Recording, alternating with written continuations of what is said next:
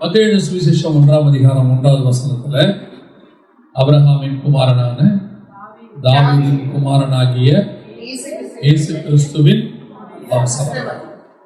இந்த ஆபிரகாம், தாவீது, இயேசு கிறிஸ்து, இந்த 3 பேரும் ஒரு நிலையில் இணைகிறார்கள். அது என்ன நிலைனா என்னது? மெல்கிசேதேக்கு அப்படின்னு. தேவன் பூமியை உண்டாக்கின போது அவர் ஏற்படுத்தின ராஜ்யபாரம் அல்லது அவர் ஏற்படுத்தின ஒரு விசேஷித்த முறைக்கு பேர் தான் மெல்கிசேதேக்கின் முறை. அதாவது ராஜாவும் ஆசாரியருமாய் இருக்கக்கூடிய. அதை எப்படி ஆதாம்ல இருந்து 2000 வருஷமா இந்த பூமியானது இழந்து போனது. அதற்கு பிறகு ஆபிரகாமுக்கு கர்த்தர் அந்த வெளிப்பாடை கொடுக்கிறார். அந்த வெளிப்பாடை பெற்றுக்கொண்ட ஆபிரகாம் அதை சாராளுடைய பேச்சு நிமித்தமாக நியாயப்பிரமாணத்தை வருவித்ததினாலே அங்கே எப்படி அந்த மெல்கிசேதேக்கின் முறைமை தடைப்பட்டது. அதற்கு பிறகு 2000 வருஷம் கழித்து 1000 வருஷம் கழித்து தாவீதின் மூலமாக கர்த்தர் அதை கொண்டு வருகிறார்.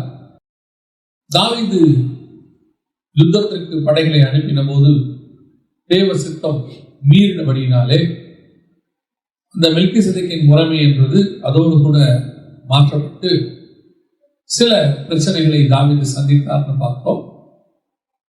இப்போ அதற்கு பிறகு அந்த மெல்கிசேதேக்கின் முறைமையில யார் வரணும்? இயேசு கிறிஸ்து வரணும். சோ அந்த தாவீதுல இருந்து இயேசு கிறிஸ்து வரைக்கும் இன்னும் கொஞ்சம் விஷயங்கள் இருக்கு. இப்போ நாம ஒரு வசனம் வாசிங்க, எப்படி அந்த விஷயம் எப்படி பழைய ஏற்பாட்டுல கனெக்ட் ஆகுதுன்னு நான் உங்களுக்கு சொல்றேன். எபிரேயர் நிருபம் 7ஆம் அதிகாரம் 1வது வசனத்தை வாசிங்க. இந்த மெல்கிசேதேக்கு சாலேமின் ராஜாவும் உன்னதமான தேவனுடைய ஆசாரியனுமாய் இருந்தார். ராஜாக்களை முறியடித்து வந்த ஆபிரகாமுக்கு இவன் எதிர்கொண்டு போய் அவனை ஆசீர்வதித்தார். சாலேமின் ராஜாவும் உன்னதமான தேவனுடைய ஆசாரியன். இப்ப இதுக்கு என்ன பேர்? இந்த பேருக்கு என்ன அர்த்தம் அப்படின்னு கேட்டீங்கன்னா 2வது வசனம் வாசிங்க. இவனுக்கு ஆபிரகாம் எல்லாவற்றிலும் தசமபாகம் கொடுத்தான். இவனுடைய முதல் பேராகிய மெல்கிசேதேக்கு என்பதற்கு நீதியின் ராஜா என்றும் சாலேமின் ராஜா என்பதற்கு சமாதானத்தின் ராஜா என்றும் அர்த்தமாம் அப்படின்னு. அப்ப நல்லா கவனிச்சு கொள்ளுங்க, இந்த 2 பகுதியும் இணைந்ததுதான் என்னது? மெல்கிசேதேக்குங்கிறது. ஒன்று சாலேமின் ராஜா, இன்னொன்று நீதியின் ராஜா. நான் சொல்றது புரியுதா? சாலேமின் ராஜாவாகிய மெல்கிசேதேக்கு அப்படிங்கிறதுக்கு சாலேமின் ராஜா என்பதற்கு சமாதானத்தின் ராஜான்னு அர்த்தம். மெல்கிசேதேக்கு என்பதற்கு நீதியின் ராஜான்னு அர்த்தம். இப்போ தாவீது இயேசு கிறிஸ்துவினுடைய முன் அடையாளமாக மெல்கிசேதேக்கின் முறைமையின்படி அவர் ராஜாவாகி ஏபோத் வஸ்திரம் தரித்து அவர் பலி செலுத்தி எருசலேமுக்குள்ளே நுழைந்து வஸ்திரம் அற்றவராய் நின்று அவர் ஏளனமாய் பார்க்கப்பட்டு இஸ்ரவேலுக்கு வந்தான பிரமாணம் அங்கிருந்து மாறி யார் கைக்கு வந்துருச்சு? புறஜாதியார் கருதப்பட்ட பத்சேபாள் கையில சேர்ந்துச்சு. நான் சொல்றது புரியுதா? ரைட். அப்படி இருக்கும்போது இப்போ தாவீதுடைய காலத்தை பத்தி ஆண்டவர் சொல்லும் போது 2 சாமுவேல் புத்தகம் 6ஆம் அதிகாரத்துலதான் இந்த சம்பவம் நடக்குது. கரெக்ட் தானே? இந்த சம்பவம் நடந்து முடிஞ்ச உடனே 6ஆம் அதிகாரத்துல முடிஞ்ச உடனே 7ஆம் அதிகாரத்துல ஒரு விஷயத்தை பத்தி யார் பேசுறா? தாவீது பேசுறாரு. 2 சாமுவேல் புத்தகம் 7ஆம் அதிகாரத்துல ஒரு விஷயத்தை பத்தி தாவீது பேசுறாரு. எதை பத்தி பேசுறாரு? கர்த்தர் ராஜாவை சுற்றிலும் இருந்து அவனுடைய எல்லா சத்துருக்களுக்கும் அவனை நீங்களாக்கி இளைப்பாற பண்ணின போது அவன் தன் வீட்டிலே வாசமாய் இருக்கையில் இப்ப அவனுக்கு ஒரு ஐடியா தோணுது. தேவனுடைய வீடு கூடாரத்தில் இருக்கிறது, என்னுடைய வீடு மச்சு பாய்ந்ததில் இருக்கிறது. இப்ப எதை பத்தி பேச ஆரம்பிக்கிறாரு? ஆலயத்தை பத்தி பேச ஆரம்பிக்கிறார். இப்போ யுத்தம் முடிஞ்சிருச்சு, அடுத்து எது வருது? ஆலயத்தை பத்தின விஷயம் வருது. இப்போ நல்லா கவனிச்சு கொள்ளுங்க. ராஜ்யபாரம் முடிஞ்சு இப்ப எதை ஆரம்பிக்கிறாரு? ஆலயம் என்பது எது வருது?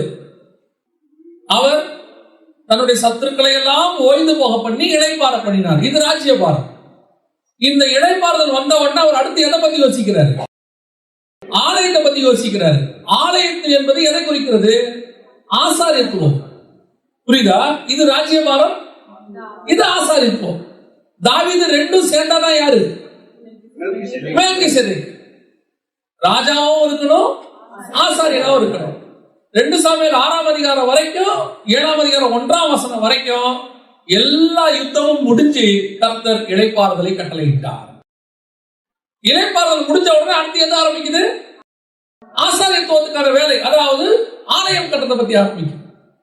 ஆனா கர்த்தருடைய திட்டத்துல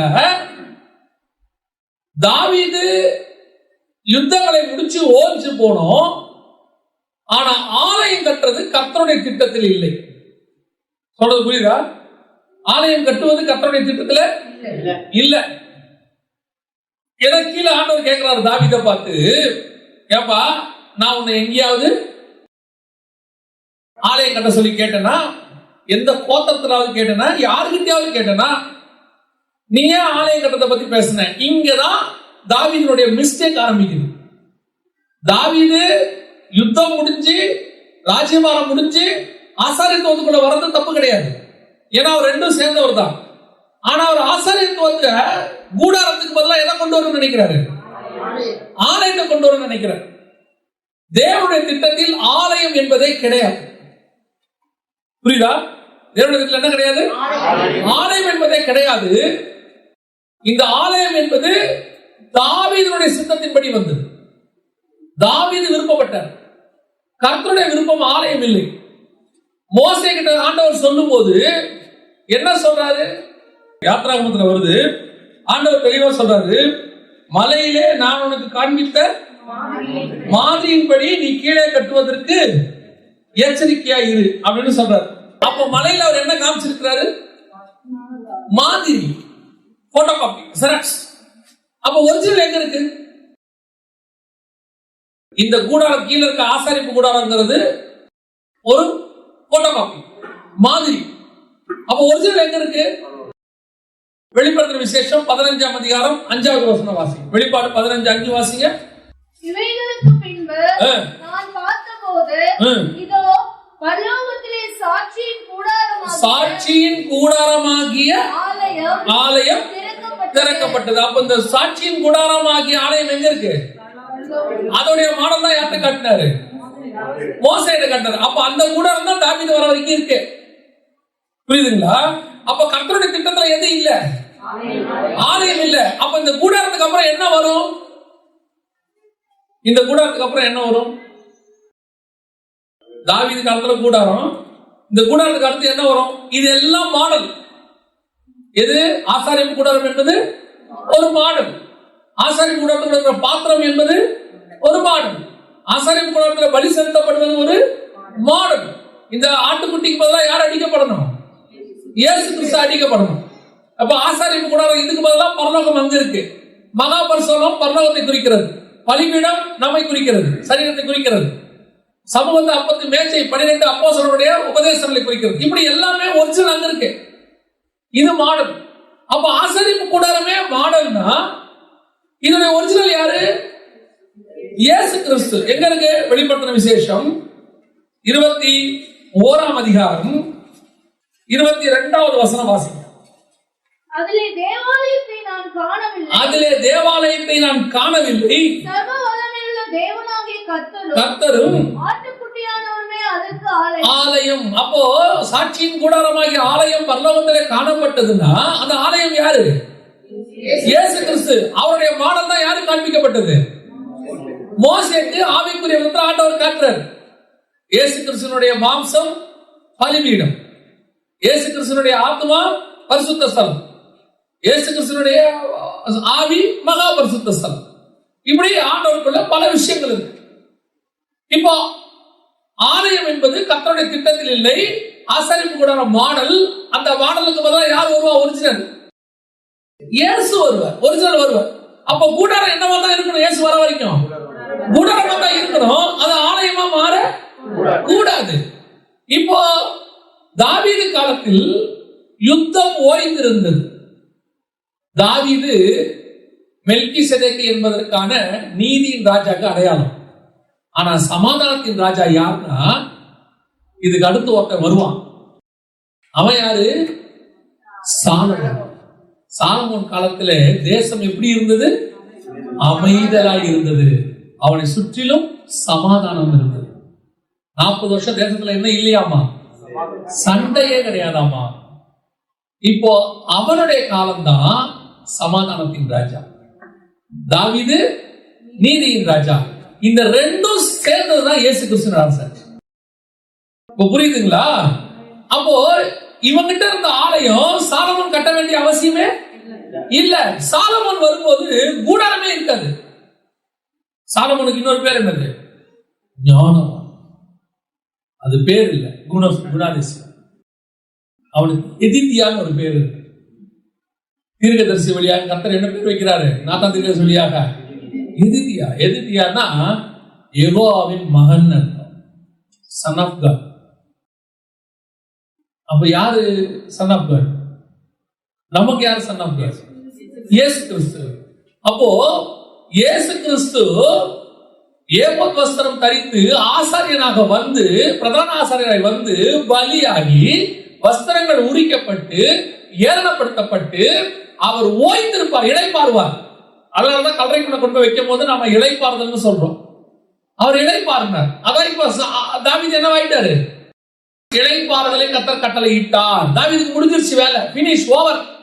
இதுக்கப்புறம் தாவீது என்ன செய்யக்கூடாது? எதுவுமே செய்யக்கூடாது. எது வரைக்கும்? சாலமோன் வர வரைக்கும். அப்ப சாலமோன் பத்சேபாள் வழியா தானே வந்தான். அப்ப பத்சேபால தாவீது செஞ்சது சரியா அப்படின்னா நல்லா கவனிச்சுக்கொள்ளுங்க. சாலமோன் வருவது கர்த்தருடைய திட்டம். அது பத்சேபாள் வழியாக வருவதா கூட இருக்கலாம், மேபி. ஆனால் பத்சேபாள் இந்த வழியாய் தான் அவனுக்கு மனைவியாக வேண்டும் என்பது கர்த்தருடைய திட்டம் இல்லை. புரியுதுங்களா? சாலமோன் தான் திட்டம். அது பத்சேபாள் வழியா வந்தா என்ன, மீகாள் வழியா வந்தா என்ன, எப்படியோ யார் வழியாக கர்த்தர் கொடுப்பார். கர்த்தருடைய திட்டத்துல யார் தான் இருக்கிறா? சாலமோன் தான் இருக்கிறான். இப்ப தாவீது 70 வயசாகி போச்சு. 1 ராஜாக்கள் 1ஆம் அதிகாரத்துல அவரு அண்ணன் இல்லாதவரை படித்து கிடக்கிறார். இதுதான் கர்த்தருடைய திட்டம். இயேசு கிறிஸ்து சிலுவையில் அறையப்பட்டு அவர் என்ன இருக்கிறாரு? யூதா கோத்திரத்து சிங்கம் மடங்கி படுத்திருக்கிறது என்று தீர்க்க தரிசனமா 49ஆம் அதிகாரம் ஆதியாகமத்தில் சொன்னது போல இயேசு கிறிஸ்து சிலுவையில் அறையப்பட்டு கல்லறைக்குள்ள வைக்கப்பட்டாகிவிட்டது. வசனம் சொல்லுது ஆதியாகமம் 49ல, யூதா சிங்கத்தை போலவும் கிளச்சிங்கத்தை போலவும் மடங்கி படுத்தான், அவனை எழுப்புகிறவன் யார்? ஆதியாகமத்தின் புஸ்தகம் 49ஆம் அதிகாரம் 9வது வசனம். யூதா பாலசிங்கம், நீ இறை கவர்ந்து கொண்டு ஏறி போனாய். என் மகனே, சிங்கம் போலும் கிளச்சிங்கம் போலும் மடங்கி படுத்தார், அவனை எழுப்புகிறவன் யார்? அவனை எழுப்புகிறவன் யார்? எப்ப வரைக்கும் அவனை எழுப்புகிறவன் யார்? அடுத்து அடுத்த வசனம், சமாதான கர்த்தர் வருமளவும். இது இருக்கட்டும், சமாதான கர்த்தர் வருமளவும். அப்படின்னா என்ன அர்த்தம்? இயேசு கிறிஸ்து மடங்கி படுப்பாரு, அடுத்தவர் என்னவா வருவாரு? சமாதான கர்த்தரா வருவார். தாவீது இளைப்பாறுதலுக்குள்ள வருவாரு, அடுத்து சாலமோன் என்னவா வருவான்? சமாதானத்தின் ராஜாவா வருவான். அது வரைக்கும் இடைப்பட்ட கேப் புறஜாதியார் காலம். அதுக்கு பேர் புரியுதா? இயேசு கிறிஸ்து சிலுவையில மரித்து அவர் உயிரோடு கூட எழுந்த போயிட்டாரு. தாவீது 1 ராஜாக்கள் 1ஆம் அதிகாரத்துல ஆனால் இல்லாமல் படுத்து கிடந்தாரு. இப்ப படுத்து கிடந்த தாவீது எழுப்பி சாலமோனை ராஜாவாக என்ன செய்யணும்? அபிஷேகம் பண்ணணும். இந்த ப்ராசஸ் செய்யறதுக்கு நடுவுல யார் வரா? அபிஷா என்கிறதான ஒரு சிறு பெண்ணை அவர்கள் தேடி கண்டுபிடித்தார்கள். அதான் அர்த்தம். இயேசு கிறிஸ்து யூதாவின் கோத்திரம் இஸ்ரவேல் கோத்திரம் மடங்கி படுத்தது. ஆண்டவர் புறஜாதி என்கிற சபையை கொண்டு வந்து மீண்டும் இஸ்ரவேலை எழுப்பி, அதாவது சபையை எழுப்பி இருக்கிறாரு. இதன் முடிவில சமாதான கர்த்தராக இயேசு கிறிஸ்து வர்ற வரைக்கும் நீங்களும் நான் நடுவில் இருப்போம். தாவீது எழுந்திருச்சு உட்கார்ந்து சாலமோன் தான் ராஜான்னு சொல்ற வரைக்கும் வசனம் சொல்லும். தாவீது எழுந்து உட்கார்ந்து, வா பத்சேபாள், உனக்கு என்ன வேண்டும் என்று கேட்டான். வசனம் தெளிவா இருக்கும். அபிஷாக் பணிவிடை செய்து கொண்டிருந்தாளுன்னு அந்த ஒரு லைன் ஒண்ணு இருக்கும். எவ்வளவு இம்பார்ட்டன்டான லைன் தெரியுமா? 1 ராஜாக்கள் 1ஆம் அதிகாரம். அப்படியே பத்சேபாள் மல்லிகைக்குள் ராஜாவிடத்தில் போனாள். ராஜா மிகவும் வயது சென்றவனா என்றான். சூனியம் ஊராளாகிய அபிஷாக் ராஜாவுக்கு பணிவிடை செய்து கொண்டிருந்தாள். பத்சேபாள் குனிந்து ராஜாவை வணங்கினாள். அப்பொழுது ராஜா, உனக்கு என்ன வேண்டும் என்று கேட்டான். என்ன வேண்டும் என்று கேட்டான். அப்போ நல்லா கவனிங்க, அந்த அதிகாரம் ஆரம்பிக்கும் போது அவன் எப்படி கிடந்தான்? அனலில்லாமல் கிடந்தான். அபிஷாக் இருக்காங்க கூட. ஆனா வசனம் சொல்றது, ராஜா அவளை அறியாதிருந்தார். வடக்கி படுத்த தாவீது மீண்டும் சாலமோன் ராஜாவாவதற்கு ஏஞ்சி உட்கார்ந்து இருக்கிறாரு. இந்த சம்பவத்துக்கு யாரு உதவி செய்கிறார்? அபிஷாக் பணிவிடை. இந்த பணிவிடை அவனை ஏஞ்சி உட்கார்ந்து சாலமோன் ராஜாவாக்குற வரைக்கும் இருக்கும். அதுதான் 2000 வருஷமா சபாகாலம். நாம தான் அந்த சிறு பெண். இஸ்ரவேலின் கோத்திரம் விழுந்து போய் 2000 வருஷத்துக்கு முன்னாடி யூதா கோத்திரம் இயேசு கிறிஸ்துவோடு கூட என்ன ஆயிடுச்சு? வடங்கி படுத்துருச்சு கல்லறைக்குள்ள. இப்ப இயேசு புறஜாதியா நம்மளை கண்டுபிடிச்சிருக்கிறார். இந்த 2000 வருஷமும் இஸ்ரவேல் மீண்டும் வருவதற்கு, சமாதான கர்த்தர் 1000 வருஷம் இயேசுவின் அரசாட்சி வருவதற்கு யார் பணிவிடை செய்தார்? சபை உலகத்துல ஊழியம் பண்ணிட்டு இருக்கு. நம்ம தான் பண்ணிட்டு இருக்கிறோம். நாம பணிவிடை செஞ்சு முடிக்கும் போது இஸ்ரவேல் கோத்திரம் மீண்டும் எழுந்திருக்கும். இப்போ தாவீது அல்ல, சாலமோன் ராஜாவாக வந்து உட்கார்ந்து. நல்லா கவனிங்க, சாலமோன் ராஜாவா அவன் அபிஷேகம் பண்ணாலும், சாலமோன் ராஜாவா இருக்கும் போது தாவீது என்னவா தான் இருக்கிறாரு? ராஜாவா தான் இருக்கிறாரு. அப்ப 2 ராஜாக்கள் இருக்கிறாங்க அங்க. புரியுதா? மீண்டும் மறுபடியும் சாலமோனை 2ஆம் முறையாக ராஜாவாக அபிஷேகம் பண்ணினார். கரெக்டானே? அப்ப 2 ராஜாக்கள் அங்க இருக்கிறாங்க. இவன் சமாதானத்தின் ராஜா, அவன் நீதியின் ராஜா. அவன் ஏபோத் போட்டு வஸ்திரம் தரித்து அவன் யுத்தம் பண்ணக்கூடியவன். இவன் ஏபோத் வஸ்திரம் போட்டு பலி செலுத்தக்கூடியவன் தேவாலயத்துக்கு முன்பா சாலமோன். அப்ப சமாதானத்தின் ராஜாவும் நீதியின் ராஜாவும் ஆகிய மெல்கிசேதேக்கின் முறைமை என்பது தாவீதையும் சாலமோனையும் இணைத்தது. 2 பேரும் சேர்ந்ததுதான் ஒரு மெல்கிசேதேக்கின் முறை. முதல்ல அந்த ஊழியம் முடியணும், அடுத்து சாலமோன் ஊழியம் தொடங்கணும். ராஜா ஊழியம் முடியணும், இவன் ராஜாவும் ஆசாரிய ஊழியம் தொடங்கணும். இப்ப யுத்தமே இல்ல. சாலமோன் என்ன பண்ணிருப்பாரு? அவருக்கு தேவாலயம் கட்டுற வேலையும் இல்லைன்னு வச்சுக்கோங்க. ஒருவேளை தாவீது கரெக்டா இருக்கிறாரு, தேவாலயம் கட்டல. இப்ப இவர் என்ன பண்ணிருப்பாரு? இவர் யாரு? தேவனுடைய மகன். இதை என்ன பண்ணிருப்பாரு? இந்த இஸ்ரவேலை எப்படி அரசாங்கம் இருப்பாரு? சமாதானமாய் 40 வருஷம் யுத்தம் இல்லாமல் ஆசாரியனுமாய் இருந்து அரசாங்கம் முடிச்சிருப்பார். வேற ஒண்ணுமே நடந்திருக்காரு. புரியுதா? இதுதான் 1000 வருஷ அரசாட்சி. 1000 வருஷம் அளவும் என் பரிசுத்த பர்வதம் எங்கும் தீங்கு செய்வார் ஒருவரும் இல்லை. இப்போ சமாதானத்தின் கர்த்தர் வருமளவும் செங்கோல் யூதா விட்டு விலகுவது இல்லை. இயேசு கிறிஸ்து 1000 வருஷ அரசாட்சி. அதுக்கு அடையாளம் தான் சாலமோனுடைய அரசாட்சி. என்ன பிரச்சனைகளை வந்துச்சுன்னா, நடுவுல தாவீது எதை கொண்டாந்துட்டாரு? தேவாலயத்தை கொண்டாந்துட்டாரு. இவர் தேவாலயத்தை கொண்டாந்தாரு பாருங்க. தேவாலயத்தை கற்ற ஞானம் யாருக்கு வந்துச்சு? சாலமோனுக்கு தேவாலயம் கற்ற ஞானம் மட்டும் வரல, கூட அரண்மனை கற்ற ஞானமும் வந்துருச்சு. ஆனா தேவாலயத்தை என்ன கட்டினாரோ அதை விட அப்படியே டபுள் மடங்கு கற்றார். இப்போ சாலமோனுடைய ஞானம், அவரை தேடி வந்த ஸ்திரீகள், அதனால வந்த விளைவு, கடைசியா என்னாச்சு? சாலமோனின் ராஜ்யபாரம் விழுந்து போயிடுச்சு. ஆனால் இயேசு கிறிஸ்துவின் ராஜ்யபாரம் விழுந்து போகாது. ஏன்? சாலமோனுடைய சாம்ராஜ்யத்தில் ஆலயம் இருந்தது, இயேசு கிறிஸ்துவின் சாம்ராஜ்யத்தில் ஆலயம் இல்லை. ஆட்டுக்குட்டியானவரே அதற்கு ஆலயம். அப்போ சாலமோன் காலத்துல என்ன இருக்கும்? வெறும் கூடாரம் இருக்கும். அந்த கூடாரத்துல யார் இருப்பா? தேவனுடைய குமார் என்று அழைக்கப்பட்ட எதுதியா என்று சொல்லப்படுகிற சாலமோன் இருப்பான். இதுதான் நிழலாட்டம். மெல்கிசேதேக்கின் முறைமையின்படி தாவீதும் சாலமோனும் சேர்ந்ததுதான் யாரு? இயேசு கிறிஸ்து.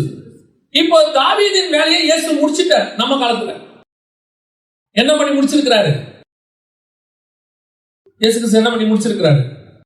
போராட்டத்தை போராடி சாலமோன் எப்படி தாவீது 2 சாமுவேல் புஸ்தகம் 6ஆம் அதிகாரத்துல எருசலேமுக்குள்ள நுழைஞ்சாரோ அதே மாதிரி இயேசுவும் உள்ள நுழைஞ்சிட்டார். இப்போ வஸ்திரத்தை உரிச்சு போட்ட மாதிரி இயேசுவின் வஸ்திரத்தையும் உரிச்சு போட்டாச்சு. அங்க மீகால் கேவலமா பேசின மாதிரி இஸ்ரவேலர்களும் கேவலமா பேசி முடிச்சாச்சு. இப்போ மீகாலுடைய கர்ப்பம் அடைக்கப்பட்ட மாதிரி இஸ்ரவேலுடைய ஆசீர்வாதமும் அடைக்கப்பட்டுருச்சு. நியாயப்பிரமாணம் என்னவாயிருச்சு? அடைக்கப்பட்டுருச்சு. இப்போ அதுக்கு மாற்றா பத்சேபாவுடைய கர்ப்பம் திறந்த மாதிரி இப்போ புறஜாதியுடைய கர்ப்பம் திறந்தது. புரியுதா? இப்ப ராஜா எப்படி இருக்கிறாரு? இப்ப தாவீது எப்படி இருக்கிறாரு? 6ஆம் அதிகாரம் முடிச்சு 7ஆம் அதிகாரம் 1ஆம் வசனத்துல தாவீது எப்படி இருக்கிறாரு? இளைப்பாரி கொண்டிருக்கிறார். அப்படிதானே இருக்குது. இளைப்பாறுதலை கட்டளையிட்டார். இப்ப இயேசு கிறிஸ்து எப்படி இருக்கிறாரு? பிதாவின் வலது பாரசத்துல உங்களுடைய சத்துருக்களை பாதபடியாக்கி போடும் வரைக்கும் நீ என்னுடைய வலது பாரசத்தில் உட்காரும். இளைப்பாறிக்கிட்டு இருக்க. புரியுதா? இப்போ தாவீது ஆலயத்தை பூமியில கட்ட ஆசைப்பட்டாரு. அது ராங். கட்டியிருக்க கூடாது. ஏன்னா ஒரு கூடாரம் இருக்கு. அந்த கூடாரம் சாலமோன் ராஜா வர்ற வரைக்கும் இருக்கும். அதுக்கப்புறம் அந்த கூடாரம் இருக்கா. ஏன்னா இயேசு கிறிஸ்துவே ஆலயம். இயேசு கிறிஸ்துவ அடையாளம் தான் சாலமோன், எதிரியாவின் மகன். அது நடுவில் என்ன பண்ணிட்டாரு? ஆலயத்தை கட்டணும்னு ஆசைப்பட்டார். இப்போ இயேசு கிறிஸ்து உங்களை எண்ணி கூட்டிட்டு போகும்போது அந்த ஆலயத்தை என்ன பண்ணிட்டாரு? சாலமோன் கட்டின ஆலயத்தை என்ன பண்ணிட்டாரு? இடிச்சிட்டாரு. ஒரு கல்லின் மேல் ஒரு கல் இல்லாதபடிக்கு இடிக்கப்பட்டு போய் திருப்பி நிழலாட்டமா கொடுக்கப்பட்ட ஆசாரிப்பு கூடாரத்தினுடைய ஒரிஜினல் மாடல் யாரு? இயேசு கிறிஸ்துவும் நீங்களும் நானும். இப்ப நாம தான் தேவனுடைய ஆலயம். இப்ப புரியுதா? இப்போ அதே கூடாரத்தை திருப்பி ஆண்டவர் ஸ்தாபிச்சார். விழுந்து போன தாவீதின் கூடாரத்தை கட்டியாச்சு. இப்ப திருப்பி உருவாக்கியாச்சு. இப்போ கைகளால் கட்டப்படுகிற ஆலயம் இல்ல. இப்ப திருப்பி ஆண்டவர் பழைய கூடாரத்தை உருவாக்கிட்டு போயிட்டார். இப்ப திருப்பி சமாதான கர்த்தர் வருமானமும் இந்த கூடாரம் இருக்கும். தாவீதுக்கு அப்புறம் சாலமோன் வர வரைக்கும் எது இருக்கணும்? அந்த கூடாரம் இருக்கணும். அதே மாதிரி இயேசு கிறிஸ்து பரமேறி போய் ஆயிடவர் சாட்சி பண்ண திரும்பி வர வரைக்கும் எந்த கூடாரம் இருக்கும்? இந்த கூடாரம் இருக்கும். இது பத்திரமாக இருக்கும். இப்ப இந்த கூடாரத்தை தான் கர்த்தர் எந்த முறைமையின்படி வச்சிருக்கிறாரு? மெல்கிசேதேக்கின் முறைமையின்படி வச்சிருக்கிறாரு. அந்த கூடாரம் ஆரோனின் முறைமையின்படி ஆராதனை நடைபெற்றது. அதுல பிரதான ஆசாரியனாய் ஆரோன் இருந்தார். அங்கே பலி செலுத்தப்பட்டது. இப்போ அது நிறுத்தப்பட்டு மெல்கிசேதேக்கின் முறைமையின்படி மீண்டும் கூடாரம் நீங்களும் நானும் உருவாக்கப்பட்டிருக்கிறோம். இங்கே பிரதான ஆசாரியர் ஒரே தடவை பலியாகி பிதாவின் வலது பாரசத்துக்குள்ள போய் உட்கார்ந்து விட்டார். அப்ப நீங்களும் நானும் அதை ஃபாலோ பண்ணி அவருக்கு பின்னாடி அதே மாதிரி போறதுக்கு தான் அழைக்கப்பட்டிருக்கோம். அப்ப இந்த கூடாரம் அவர் வர வரைக்கும் இருக்கும். எது? இந்த மெல்கிசேதேக்கின் முறைமை வர வரைக்கும் இருக்கும். ஆனா நீங்களும் நானும் அவரை ஃபாலோ பண்ணி அந்த இடத்துக்கு போவோமா? இப்ப இந்த மெல்கிசேதேக்கின் முறைமையை ஆதாம் மிஸ் பண்ணாரு, ஆபிரகாம் மிஸ் பண்ணாரு, தாவீது மிஸ் பண்ணிட்டாரு. நடுவில் அவருடைய சுயசித்தம் என்ன ஆயிடுச்சு? கலந்துருச்சு. ஆனா இயேசு கிறிஸ்து 100% பிதாவின் சித்தத்தை செய்து மெல்கிசேதேக்கின் முறைமையை சக்சஸ்ஃபுல் ஆக்கிட்டு போய் அங்க உட்கார்ந்துட்டார். திரைச்சீலை 2ஆ கிழிஞ்சிருச்சு. சரீரம் என்கிற திரைச்சீலையின் வழியா இப்ப நான் அந்த மெல்கிசேதேக்கின் முறைமையின்படி ராஜாவும் ஆசாரியருமாய் அழைக்கப்பட்டிருக்கிறேன். மெல்கிசேதேக்கின் முறைமை அப்படின்னு சொல்றீங்களே, ராஜாவும் ஆசாரியரும் தான் சொல்றீங்களே ஒழிய அந்த ஆசாரிய முறைமை என்ன? நான் சொல்றது புரியுதா? அது தெரிஞ்சாதான் நான் அந்தபடி வாழ முடியும் இல்லையா? அங்கே ஆரோனின் முறைமையின்படி பலி முடிவடையவில்லை. இங்க பாருங்க, எபிரேயர்கள் நிருபத்தை 10-11 வாசிங்க பார்ப்போம்.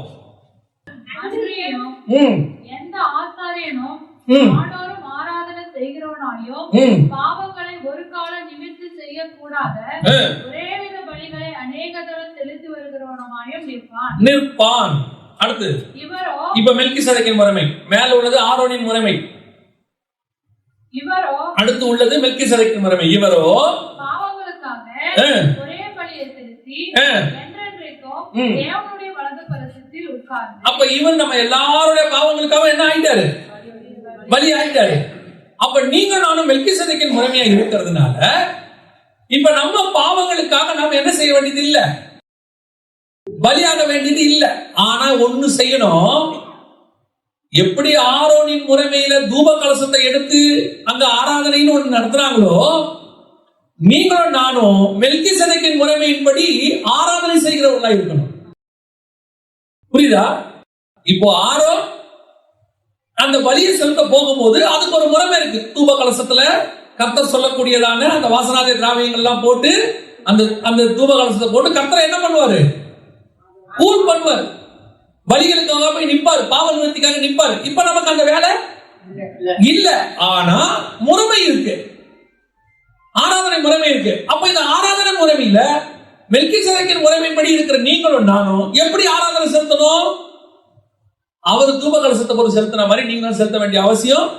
இன்னைக்கு நீங்க போனீங்கன்னா சில பாரம்பரிய சபையில நீல அங்கி தரிச்சு தலையில தொப்பி மாதிரி வச்சு கையில ஒரு கோலை குடிச்சு அவங்க தூப கலசத்தை என்ன பண்ணுவாங்க, ஆட்டிட்டே போவாங்க. ஏன்னா அவர்கள் இன்னும் எந்த முறைமையின்படி இருக்கிறாங்க, ஆரோனின் முறைமையின்படி ஆலயம் நடக்குது. அதனாலதான் அந்த கைகளால் கட்டப்பட்ட ஆலயத்துக்கு அவங்க இம்பார்ட்டன்ஸ் கொடுக்குறாங்க. அது ரொம்ப சுத்தமானது, அது பரிசுத்தமானது, ஆலயத்துல முழங்கால் போட்டுக்கிட்டு தான் நடக்கணும். அங்க ஆலயத்துக்கு ஒழுக்கமா இருக்கணும், ஆலயத்தை சுத்தமா வச்சுக்கணும். ஆனா ஆலயம் அல்ல, நீங்களும் நானும் தான் ஆலயம். இந்த கட்டடம் அல்ல. இதுக்கு முன்னாடி நம்ம அந்த ஒரு கட்டடத்துல இருந்தோம், இப்ப இந்த கட்டத்துல இருக்கிறோம். ஒருவேளை கர்த்தர் நம்ம நம்பி இன்னும் அதிக ஆத்மாக்களை தருவாரோ நம்ம இதோட பெரிய ஆட்டத்துக்கு போவோம். கட்டடம் நமக்கு பரிசுத்தம் அல்ல, அது சுத்தம். நீங்களும் நானும் தான் பரிசுத்தம். அல்லேலூயா. அப்ப அந்த ஆராதனை முறைமை என்பது எனக்கு தான், சபைக்கு இல்ல, எனக்கு. அப்போ நான் ஆராதனை முறைமையில கரெக்டா இருக்கணும். என்ன ஆகணும், ஜீவாதார பலியாக நம்மை ஒப்பு கொடுக்கணும். அதுவே நாம் செய்ய வேண்டிய உறுதியுள்ள ஆராதனை. அவர் பலியாகி மகா பரிசுத்தத்துக்குள் பிரவேசித்து பிதா கிட்ட போன மாதிரி நீங்களும் நானும் ஜீவாதார பலியாகி போனாதான், அந்த ஆராதனை முறைமைக்குள்ள வந்தாதான் மெல்கிசேதேக்கின் முறைமையில போய் அவரோட உட்கார முடியும். அவர் பிதாவு ஜெயம் பெற்று பிதாவின் வலது பார்சல உட்கார்ந்த மாதிரி சபையை பார்த்து கர்த்தர் சொல்றாரு, ஜெயம் பண்ணுகிறவன் எவனோ அவனை என்னோடு கூட என் வலது பார்சத்தில் உட்கார வைத்துக் கொண்டு. அப்போ நீங்க நானும் போகக்கூடிய ரூட் அவர் போட்டு கொடுத்துட்டாரு.